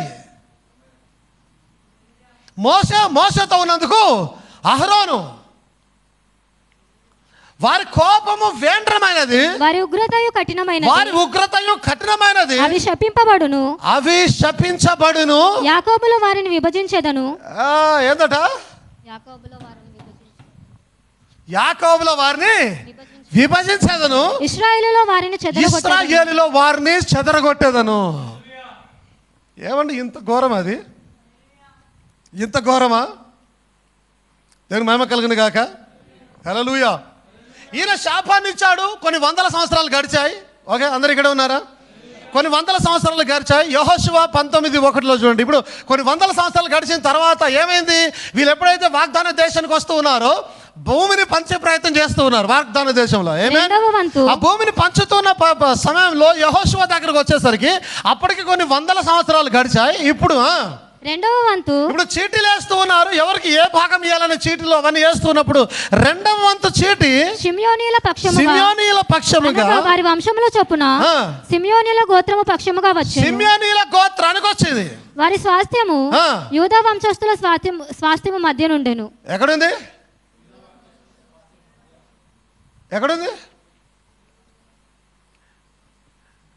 అంటే యూదా ఈ భాగం అనుకుందాం. ఓకే, ఈ భాగం యూదా, మనస్సే ఆ భాగం అనుకుందాం. ఓకేనా?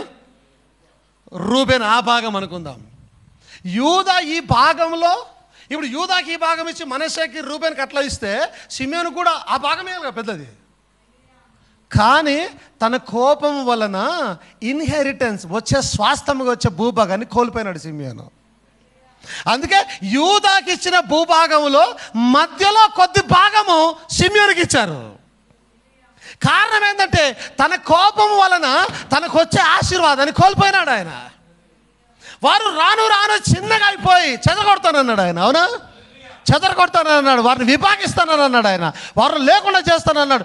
రాను చిన్న జనాంగం అయిపోయి, ఈరోజు కూడా చిన్న జనాంగం అయిపోయి ఆ యూదా యొక్క స్వాస్థ్యంలో ఒక భాగం చిన్నగా. ఇట్స్ లైక్ ఇండియా అంతా కనుక యూదాది అయితే తెలంగాణ ఒక్కటి షిమ్యోనుకి ఇచ్చినట్టుగా. అదేమైనా న్యాయమా? కానీ అదన్ని ఇచ్చారు, కనీసం స్వాస్థ్యాన్ని పోగొట్టుకున్నాడు. ఇన్హెరిటెన్స్, దేవుని వద్ద తండ్రుల వద్ద నుంచే స్వాస్థ్యాన్ని పోగొట్టుకున్నాడు. కారణం ఏంటో తెలుసా? చెప్పాలందరూ, కోపం, ఉగ్రత. వాళ్ళ డాడీ వాళ్ళకి ఇచ్చిన పేరే ఏమిచ్చాడు ఆయన? ఇందాక అన్నాడుగా, వారి ఆయుధములు, వారి ఖడ్గములు బలత్కారపు ఆయుధములు. శపిస్తూ ఉన్నాడు వాటిని. నా మీదకి శ్రమను తీసుకొని వచ్చారు, నన్ను బాధ పెట్టారు మీరు. ఏమేన్? దేని మహిమ కలిగిన గాక. సో చూడండి, వారి స్వాస్థ్యము యూదా వంశస్థుల స్వాస్థ్యం మధ్య ఉండెను. వారికి కలిగిన స్వాస్థ్యము ఏదనగా బేర్షెబా, షెబా, మోలాదా, హజర్షువలు, బాలా, ఎజెము, ఎల్తోలదు, బెతూలు, హోర్మా, సిక్లగు, బెత్మర్ కాబోదు, హజర్బుసా, బెత్లబాయోతు, షరుహేను అనునవి. వాటి పల్లెలు పోగా 13 పట్టణములు. అయ్యను, రిమ్మోను, ఎతెరు, ఆషానును అనునవి. వాటి పల్లెలు పోగా 4 పట్టణములు.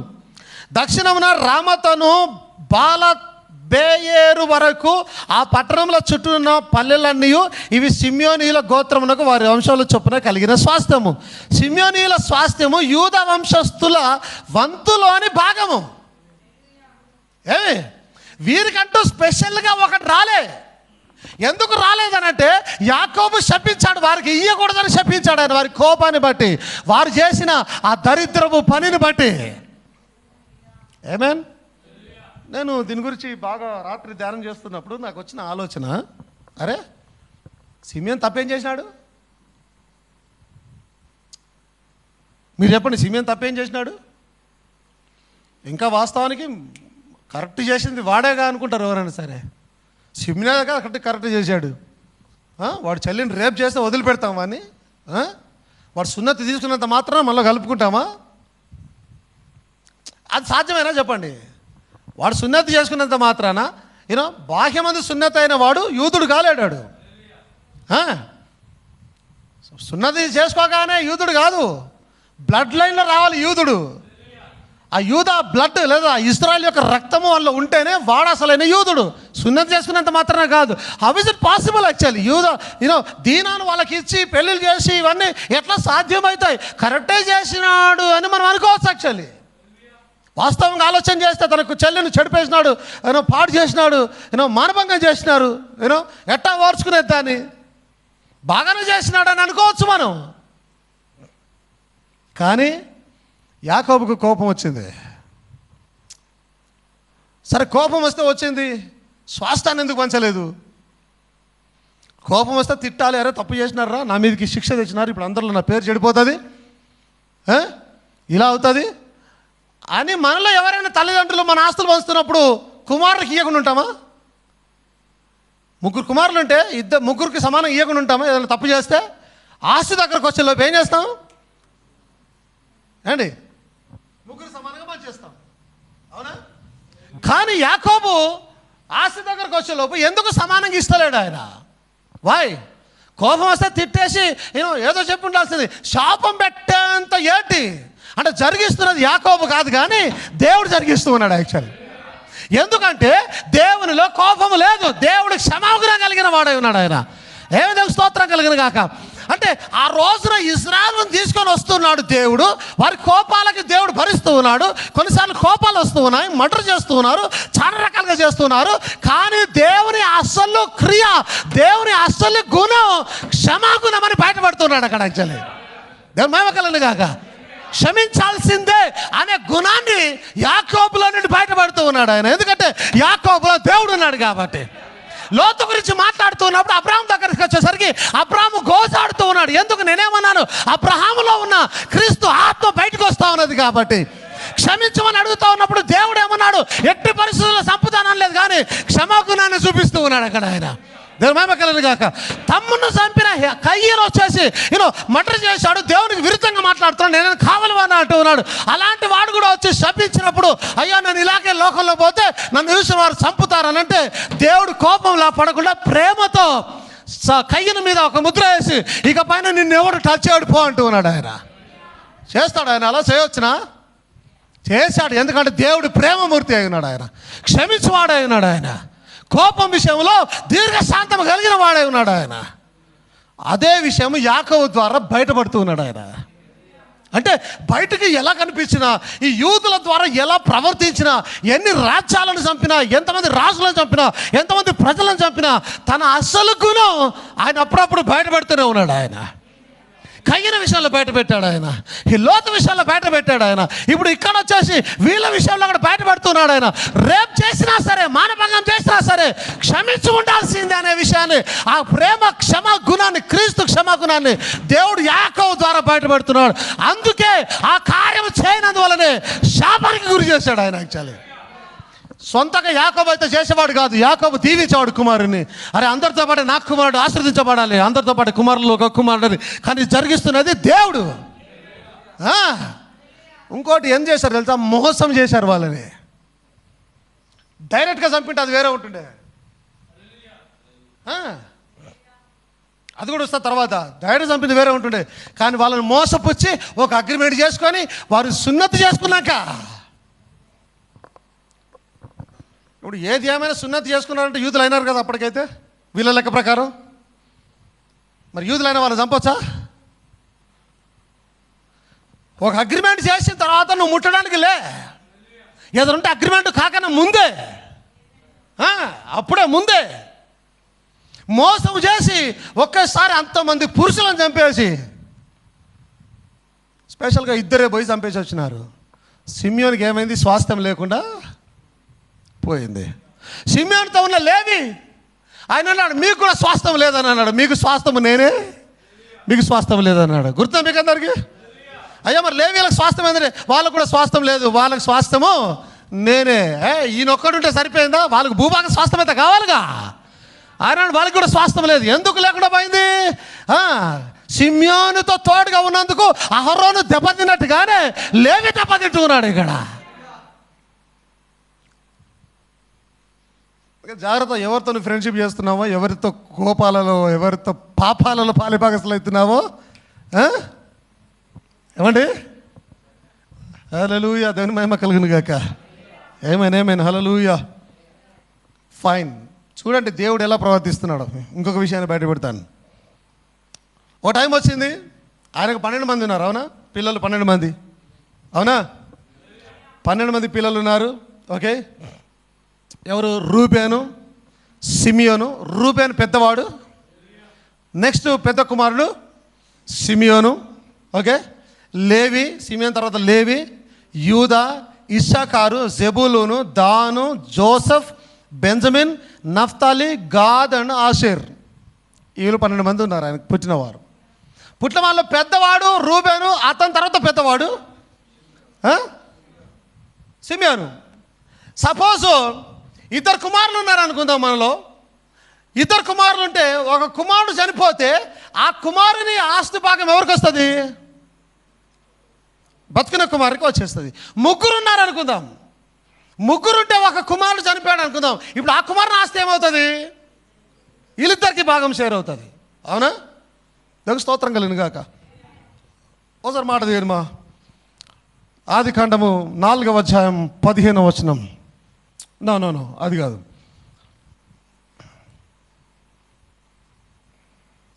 దేవుని మహిమ కలుగును గాక. హల్లెలూయా.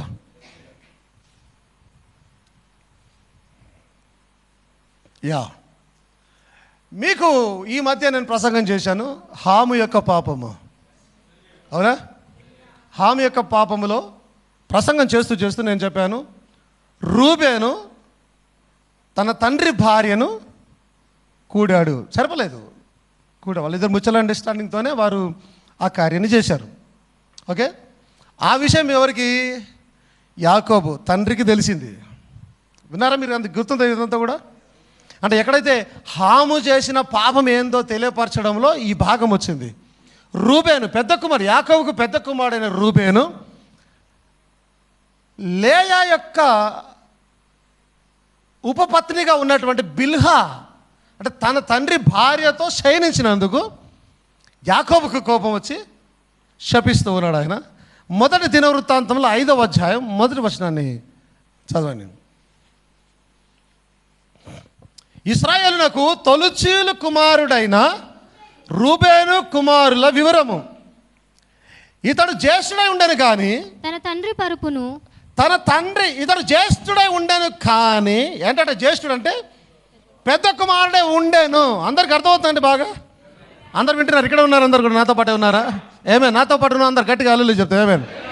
ఏమేన్?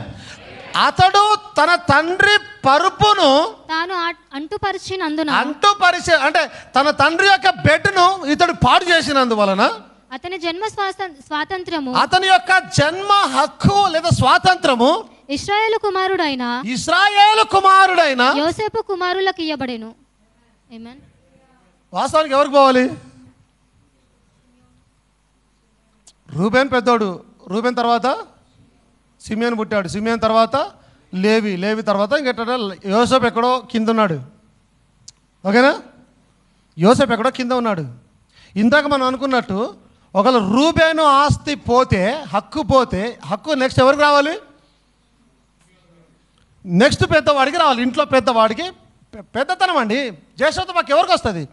సపోజ్ ఒక 3 ఉన్నారు, 4 కుమారులు ఉన్నారు అనుకో, పెద్దోడు చనిపోయాడు అనుకో, ఇప్పుడు ఇంటికి పెద్దోడు ఎవడవుతాడు?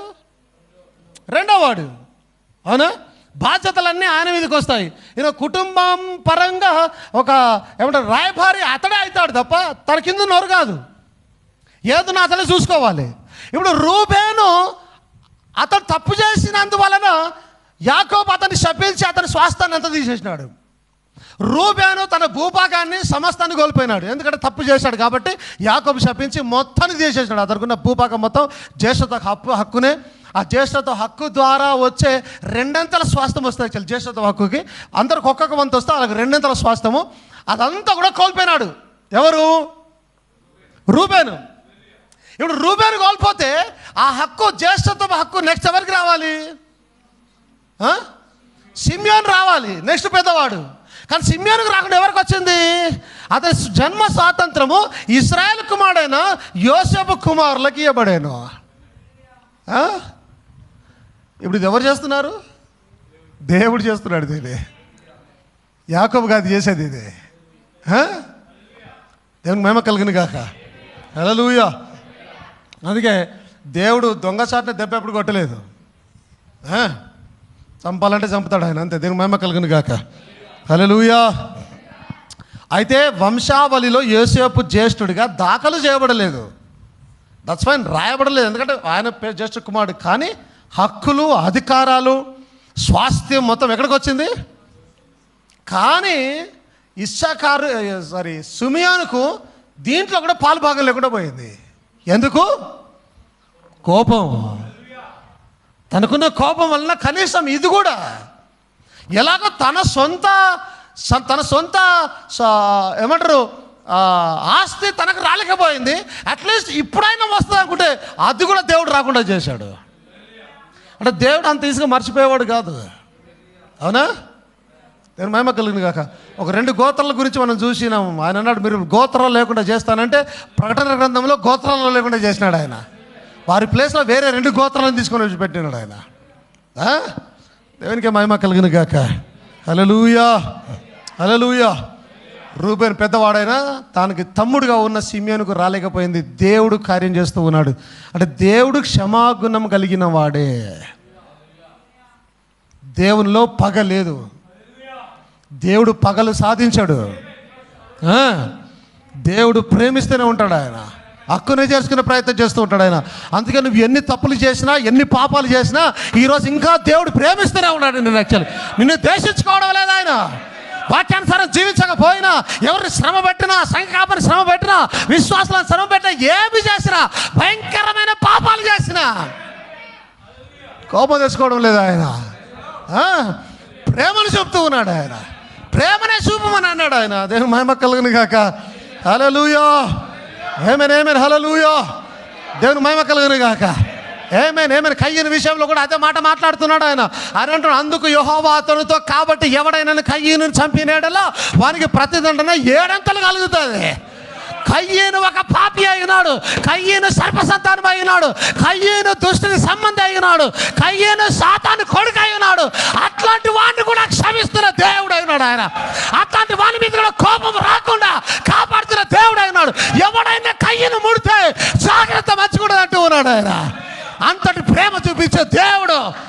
అందుకే కదా సిలువను ఎక్కాడు. యాక్చువల్ ఆయన ప్రాణాన్ని పెట్టాడు. అందుకే కదా ఆయన ప్రేమ కలిగిన దేవుడు అయినాడు. ఆయన క్షమించే దేవుడు అయినాడు ఆయన. Praise the lord. మరి ఎవడైనా కయ్యను కనుగొని అతనిని చంపక ఉండినట్లు యెహోవా అతనికి ఒక గుర్తు వేశారు. అంటే ఇప్పుడు కయ్యను కాపాడుతుంది యెహోవా. దేవుని యెహోవా ప్రణాళికను దెబ్బతీసింది కయ్యను. అలాంటి కయ్యను క్షమించి కాపాడుతున్నది యెహోవా. దేవుని మహిమ కలుగును గాక. దేవుడు తన వాక్యాన్ని విరుద్ధంగా ఆయన పోసాలడు. దేవుని మహిమ కలుగును గాక. ఆయన వాక్యం మనకు ఒకటి బోధించి ఆయన ఒకటి చేయసాలనట్టి పరిస్థితిలో దేవుని స్తోత్రం కలుగును గాక. మిమ్మల్ని హింసించి వారికి దీవించుడు కానీ శపించవద్దు. కీడుకు ప్రతి కీడు ఎవరికి చేయవద్దు. మనుషులందరి యొక్క దృష్టికి యోగ్యమైన వాటి గురించి ఆలోచన కలిగి ఉండడు. శక్యమైతే మీ చేతనైనంత మట్టుకు సమస్త మనుషులతో సమాధానంగా ఉండడు. ఈ ప్రసంగం బోధిస్తాను ఒకరికి చెప్తే ఇక నువ్వే బోధించాలి ఈ ప్రసంగం అన్నారు దాన్ని.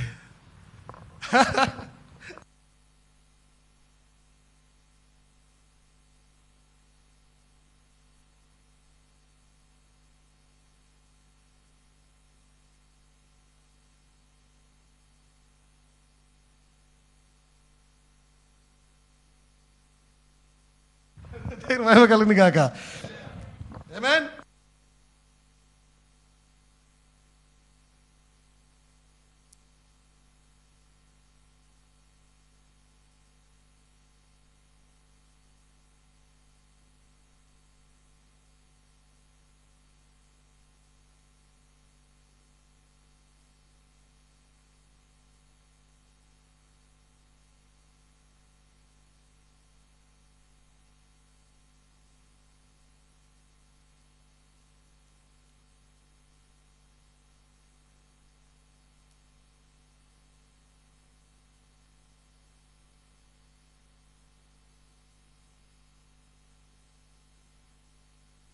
ఏమండి, సంఘక్షేమం కోరి ఒక విషయాన్ని ఒక రకంగా చేయాలని ఆలోచన చేసి ఉన్నాను. దాన్ని నేను మళ్ళీ నిర్ణయం తీసుకున్నా. ఓకే, ఇది సరిపోతుందిగా, మళ్ళీ ఈసారి ఈయనకి వస్తా. మీకు చెప్పాను అందరికీ, ఎవరు నో తర్వాత ఎవరు మాట్లాడద్దు చెప్పాను మీకు అందరికీ. సైలెంట్గా ఉండండి. ఏమన్నా సైలెంట్గా ఉండండి. కొట్టడానికి వచ్చినా భరించండి, సైలెన్స్గా ఉండండి.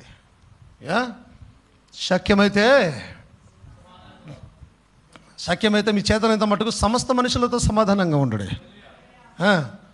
ఇప్పుడు ఇక నువ్వే బోధించాలంటే నేనే బోధించాలి కదా. నేను తప్పు చేయాలి ఆ విషయంలో. ఆమేన్. దేని మహిమ కలుగును గాక. ఆమేన్. హల్లెలూయా. ప్రియులారా, మీకు మీరే పగ తీర్చుకోలేక దేవుని ఉగ్రతకు చోటయుడి. పగ తీర్చుట నా పని, నేనే ప్రతిఫలం నిత్తును అని ప్రభు చెప్పుచున్నాడని వ్రాయబడి ఉన్నది. కాబట్టి నీ శత్రువు ఆకలిగానే ఉంటే అతనికి భోజనం పెట్టుము, దప్పిగానే ఉంటే దాహమిమ్ము. అలాగూ చేయటం వలన అతని తల మీద నిప్పులు కుప్పలుగా పోయిదువు. కీడు వలన జయింపబడక మేలు చేత కీడుని జయించుము. దేవునికి మహిమ కలుగును గాక. ఆమేన్. అందరికి అర్థమవుతుంది ఈ మాటలన్నీ కూడా. దేవునికి స్తోత్రం కలుగును గాక. ఆశీర్వాదములకు వారసులవుటకు మీరు పిలువబడితే కనుక, దేనికి వారసులం మనం? ఆశీర్వాదాలకు వారసులం. సిమియోను ఆశీర్వాదానికే వారసుడు. యాక్చువల్ ఆయన లేవి ఆశీర్వాదానికే వారసుడు. మోషే అహరోన్లు ఆశీర్వాదానికే వారసులు. మనం ఆశీర్వాదములకు వారసులకు మీరు పిలువబడతారు కనుక కీడుకు ప్రతి కీడైనను దూషణకు ప్రతి దూషణైనను చేయక దీవించుడి. ఆమేన్.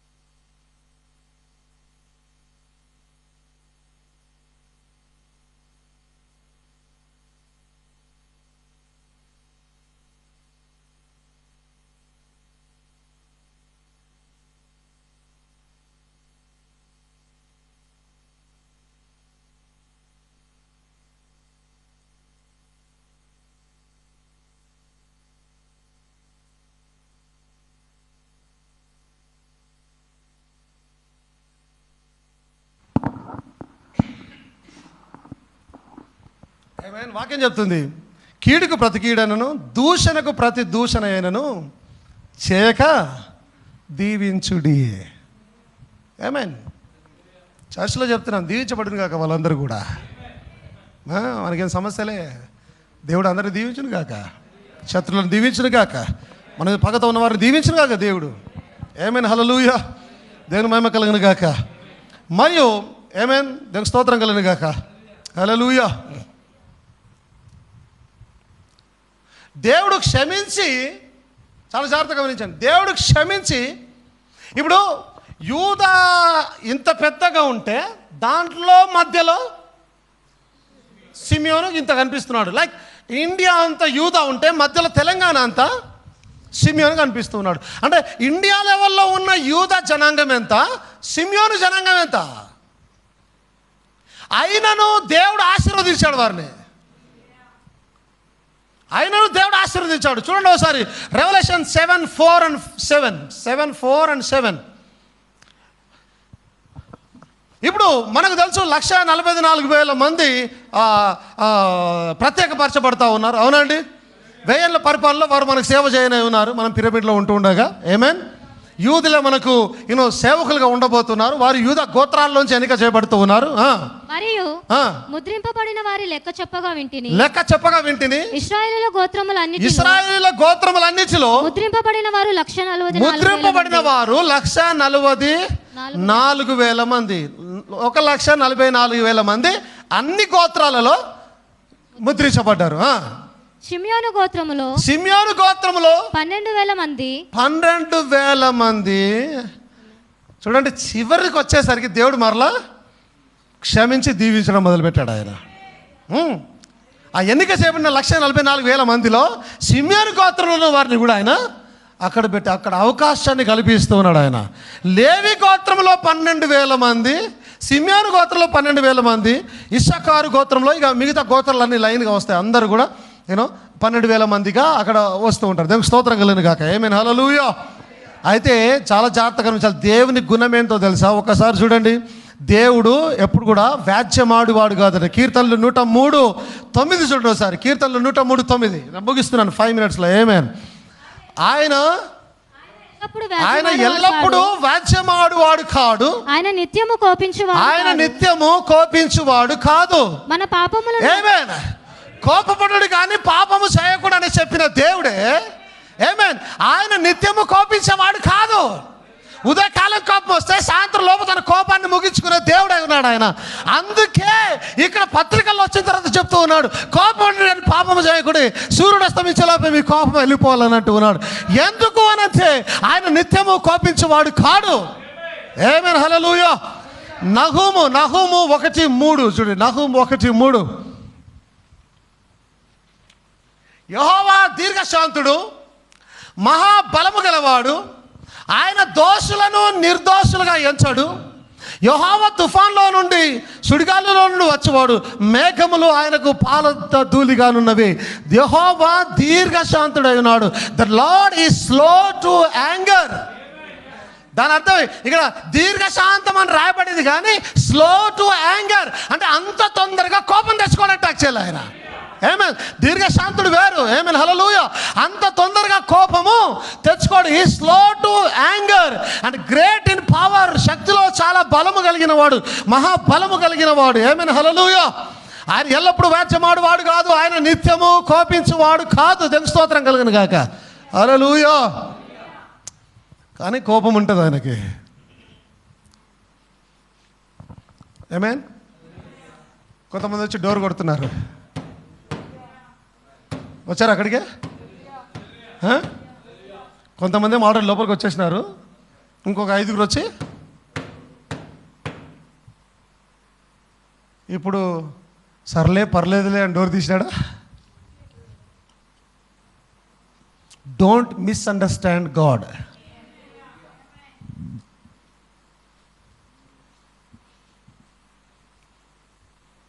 Don't misunderstand God's decisions or His thinking, His way of doing the things. క్షమిస్తాడు దేవుడు, క్షమించే దేవుడు, కరుణామయుడు, కృపామయుడు. ఇలే అందుకే రాబోతుంది ఆయన గర్జించే సింహం వల్ల రాబోతున్నాడు. ఇప్పుడు ఆయన మొదటి రాకడలో గొర్రెపిల్లగా వచ్చాడు, ఆయన కరుణామయుడిగా వచ్చాడు, ఆయన నెమ్మది కలిగిన వాడిగా వచ్చాడు, క్షమించేవాడిగా వచ్చాడు. రెండవ రాకడలో ఎలా వస్తున్నాడు? గర్జించే సింహం వల్ల వస్తున్నాడంట. ఆయన కోపాన్ని ఎవడు తాలుకోలేడు. ఆ దినాన అతి భయంకరమైన కోపాన్ని చూపబోతూ ఉన్నాడు. ఆ దినాన ఆయన అది ఏ దినానైనా జరగవచ్చు, ఎత్తపాటు ఎప్పుడైనా రావచ్చును. అంత లోపే ఒకవేళ నువ్వు దేవునికి లోపడగలిగితే ఆయన కోపం నీ రాకుండా ఉండగలుగుతుంది. ఆయన కోపించేవాడు కాదు అని అంటే అట్లా కాదు. అది ఆయన కోపం ఉంది, ఎక్కడ చూపాలి అక్కడ చూపుతాడు ఆయన కోపాన్ని. కయ్యని మీదనే ప్రేమ చూపినవాడు, కయ్యనినే కాపాడుతానని వాగ్దానం చేసిన వాడు,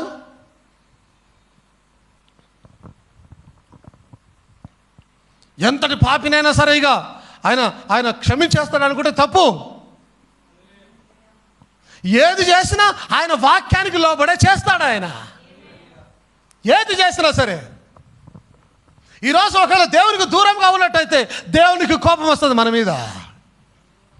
వాక్యానుసారం జీవించకపోతే దేవునికి కోపం వస్తుంది మన మీద. ఒకసారి చూడండి, జెఫన్యా 2:1, 2, 3, 4, 3. సిగ్గుమాలిన జనులారా కూడి రండి. వింటున్నారు అందరూ? సిగ్గుమాలిన జనులారా కూడి రండి, పొట్టు గాలికి ఎగురునట్లు సమయము గతించుచున్నది. ఏమండి, అందరు వింటున్నారా? నేను పెద్దగా ఎక్స్ప్లెయిన్ చేయాలని అనుకోవడం, ఈ మాటల్ని పెద్దగా బోధించాలని అనుకోవడం, మీరు జాగ్రత్తగా వినే ప్రయత్నించండి ఈ మాటల్ని. సిగ్గుమాలిన జనులారా కూడి రండి, పట్టు గాలికి ఎగురునట్లు సమయం గతించుచున్నది. విధి నిర్ణయం కాకమునుపే యెహోవా కోపాగ్ని మీ మీదికి రాకమునుపే శిక్షించుటకై యెహోవా ఉగ్రత దినము రాకమునుపే కూడి రండి. యెహోవా ఉగ్రత దినము, ఏ దినం అది? రెండవ రాకడ గురించి మాట్లాడుతున్నాడు అక్కడ. యెహోవా ఉగ్రత దినము మీ మీదికి రాకముందే కూడి రండి. దేశములో సాత్వికులై ఆయన న్యాయ విధులను అనుసరించు సమస్త దీనులారా యెహోవాను వెదకుడి. మీరు వెదకి వినయము గలవారై నీతిని అనుసరించిన ఎడల ఒకవేళ ఆయన ఉగ్రత దినమున మీరు దాచబడుదురు. ఎప్పుడు ఉగ్రత దినం? శ్రమల కాలం రాబోతా ఉంది. దేవుడు తన ఉగ్రతను చూపించబోతూ ఉన్నాడు. అవునా? సంఘ శాఖలన్నీ ఉగ్రతలకు వెళ్ళబోతూ ఉన్నాయి. ఒకవేళ నీవు కనుక ఈ దినాన ఆయన వాక్యానికి లోబడి జీవించగలిగితే, నువ్వు ఈ దినాన బాప్టిజం తీసుకొని ఆయన వధువులోనికి రాగలిగితే, ఉగ్రత దినాన ఆయన నిన్ను దాస్తాడు. ఎక్కడ? మేఘాల మీద దాచుకుంటాడు ఆయన.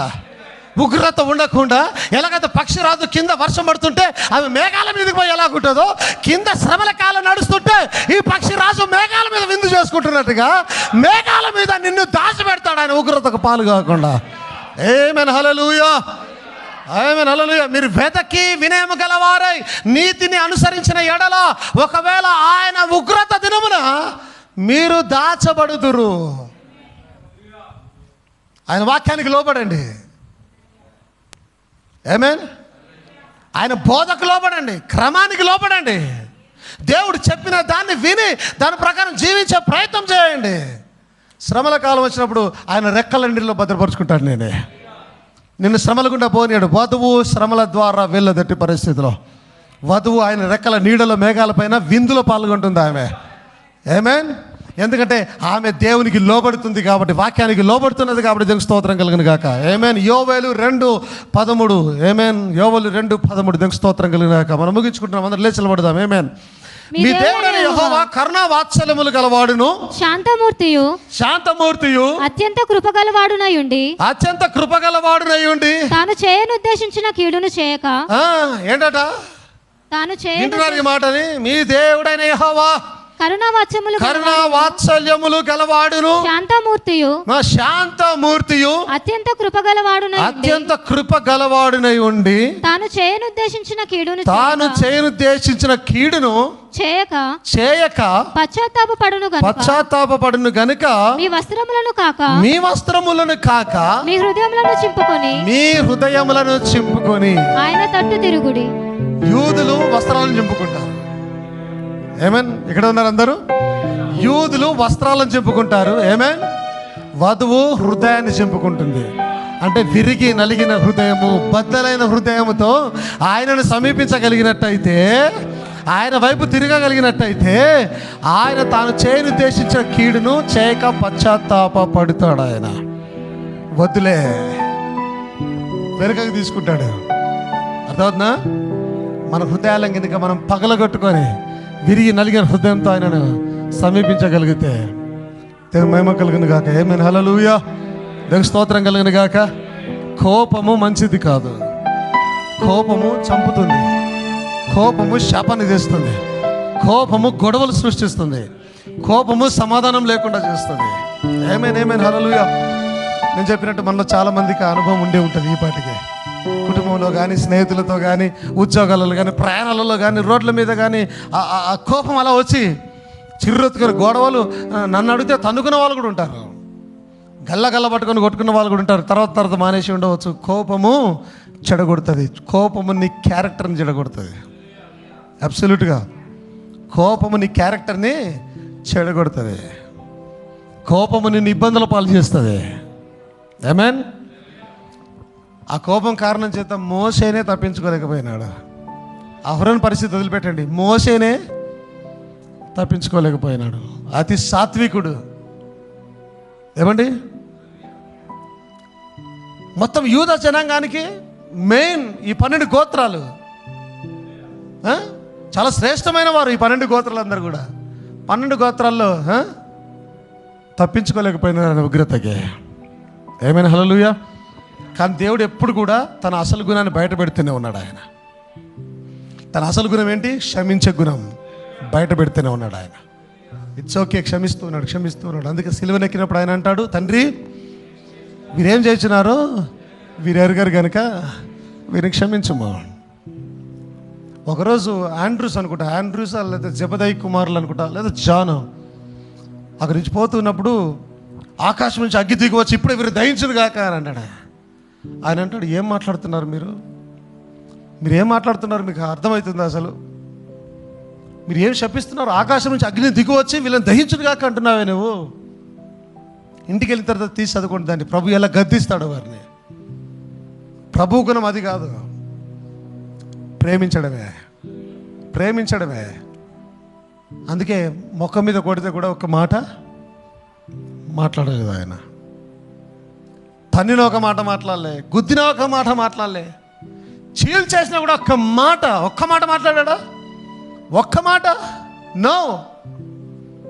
అది కదా అసలు క్రైస్తవ జీవితము. అది కదా అసలు దేవుణ్ణి పోలిన జీవితము. ఏమే? దేవుని మహిమ కలుగును గాక. హల్లెలూయా. దేవుడు ఎవరితో మాట్లాడాడని అనుకుంటూ ఉన్నాను. ఏమేన్? ఒక భార్యతో మాట్లాడిండొచ్చు, ఒక భర్తతో మాట్లాడిండొచ్చు, ఒక కుమార్తెతో మాట్లాడిండొచ్చు, ఒక తండ్రితో మాట్లాడిండొచ్చు దేవుడు. ఏమేన్? ఒక పాస్టర్తో మాట్లాడిండొచ్చు దేవుడు, ఒక విశ్వాసతో మాట్లాడిండొచ్చు దేవుడు. ఏమేన్? కానీ దేవుడు ఎవరితోనో ఒకరితో మాట్లాడుతూనే ఉన్నాడు. ఆయన కోపాన్ని దూరం చేసుకొని, ప్రేమను దగ్గర చేసుకొని, శపించకుండా, దూషణకు బదులుగా దూషణ చేయకుండా ప్రేమ మాటలే చెప్పి క్షమించి. ఏమేన్? ఇంకా ఆయన అన్నాడు, అలాంటి వారికి శత్రువుకి భోజనం పెడితే వాళ్ళ నెత్తి మీద నిప్పులు కుప్పటిగా పోస్తామని అన్నాడు. ఆయన కుప్పలుగా పోస్తాలు. అంటే దేవుడు చూసుకుంటాడు వాళ్ళ సంగతి. మనం చేతిలోకి తీసుకోవాల్సిన అవసరం లేదు. ఎవరిని కూడా మనం చేతిలో తీసుకోవాల్సిన అవసరం లేదు. దేవుడు చూసుకుంటాడు వాళ్ళ సంగతి. అలాగని ప్రభా వాళ్ళని శిక్షించు ప్రభా అని చెప్పడానికి కూడా లేదు. దేవుడు చూసుకుంటాడు ఆ పని. మనం మాత్రం ప్రేమ చూపాలి, మనం మాత్రం క్షమించాలి, మనం మాత్రం మంచిగా ఉండాలి. శక్యమైతే సమస్త జనులతో సమాధానముగా ఉండే ప్రయత్నమే చేయాలి. ఏమైనా హల్లెలూయా. దేవుని మహిమ కలుగును గాక. దేవుడు మీ అందరితో మాట్లాడి ఉన్నాడు నేను అనుకుంటున్నాను. దేవుడు మీ అందరూ గొప్పగా దీవించును గాక. మాట్లాడే దేవుని మహిమ కలుగును గాక. హల్లెలూయా.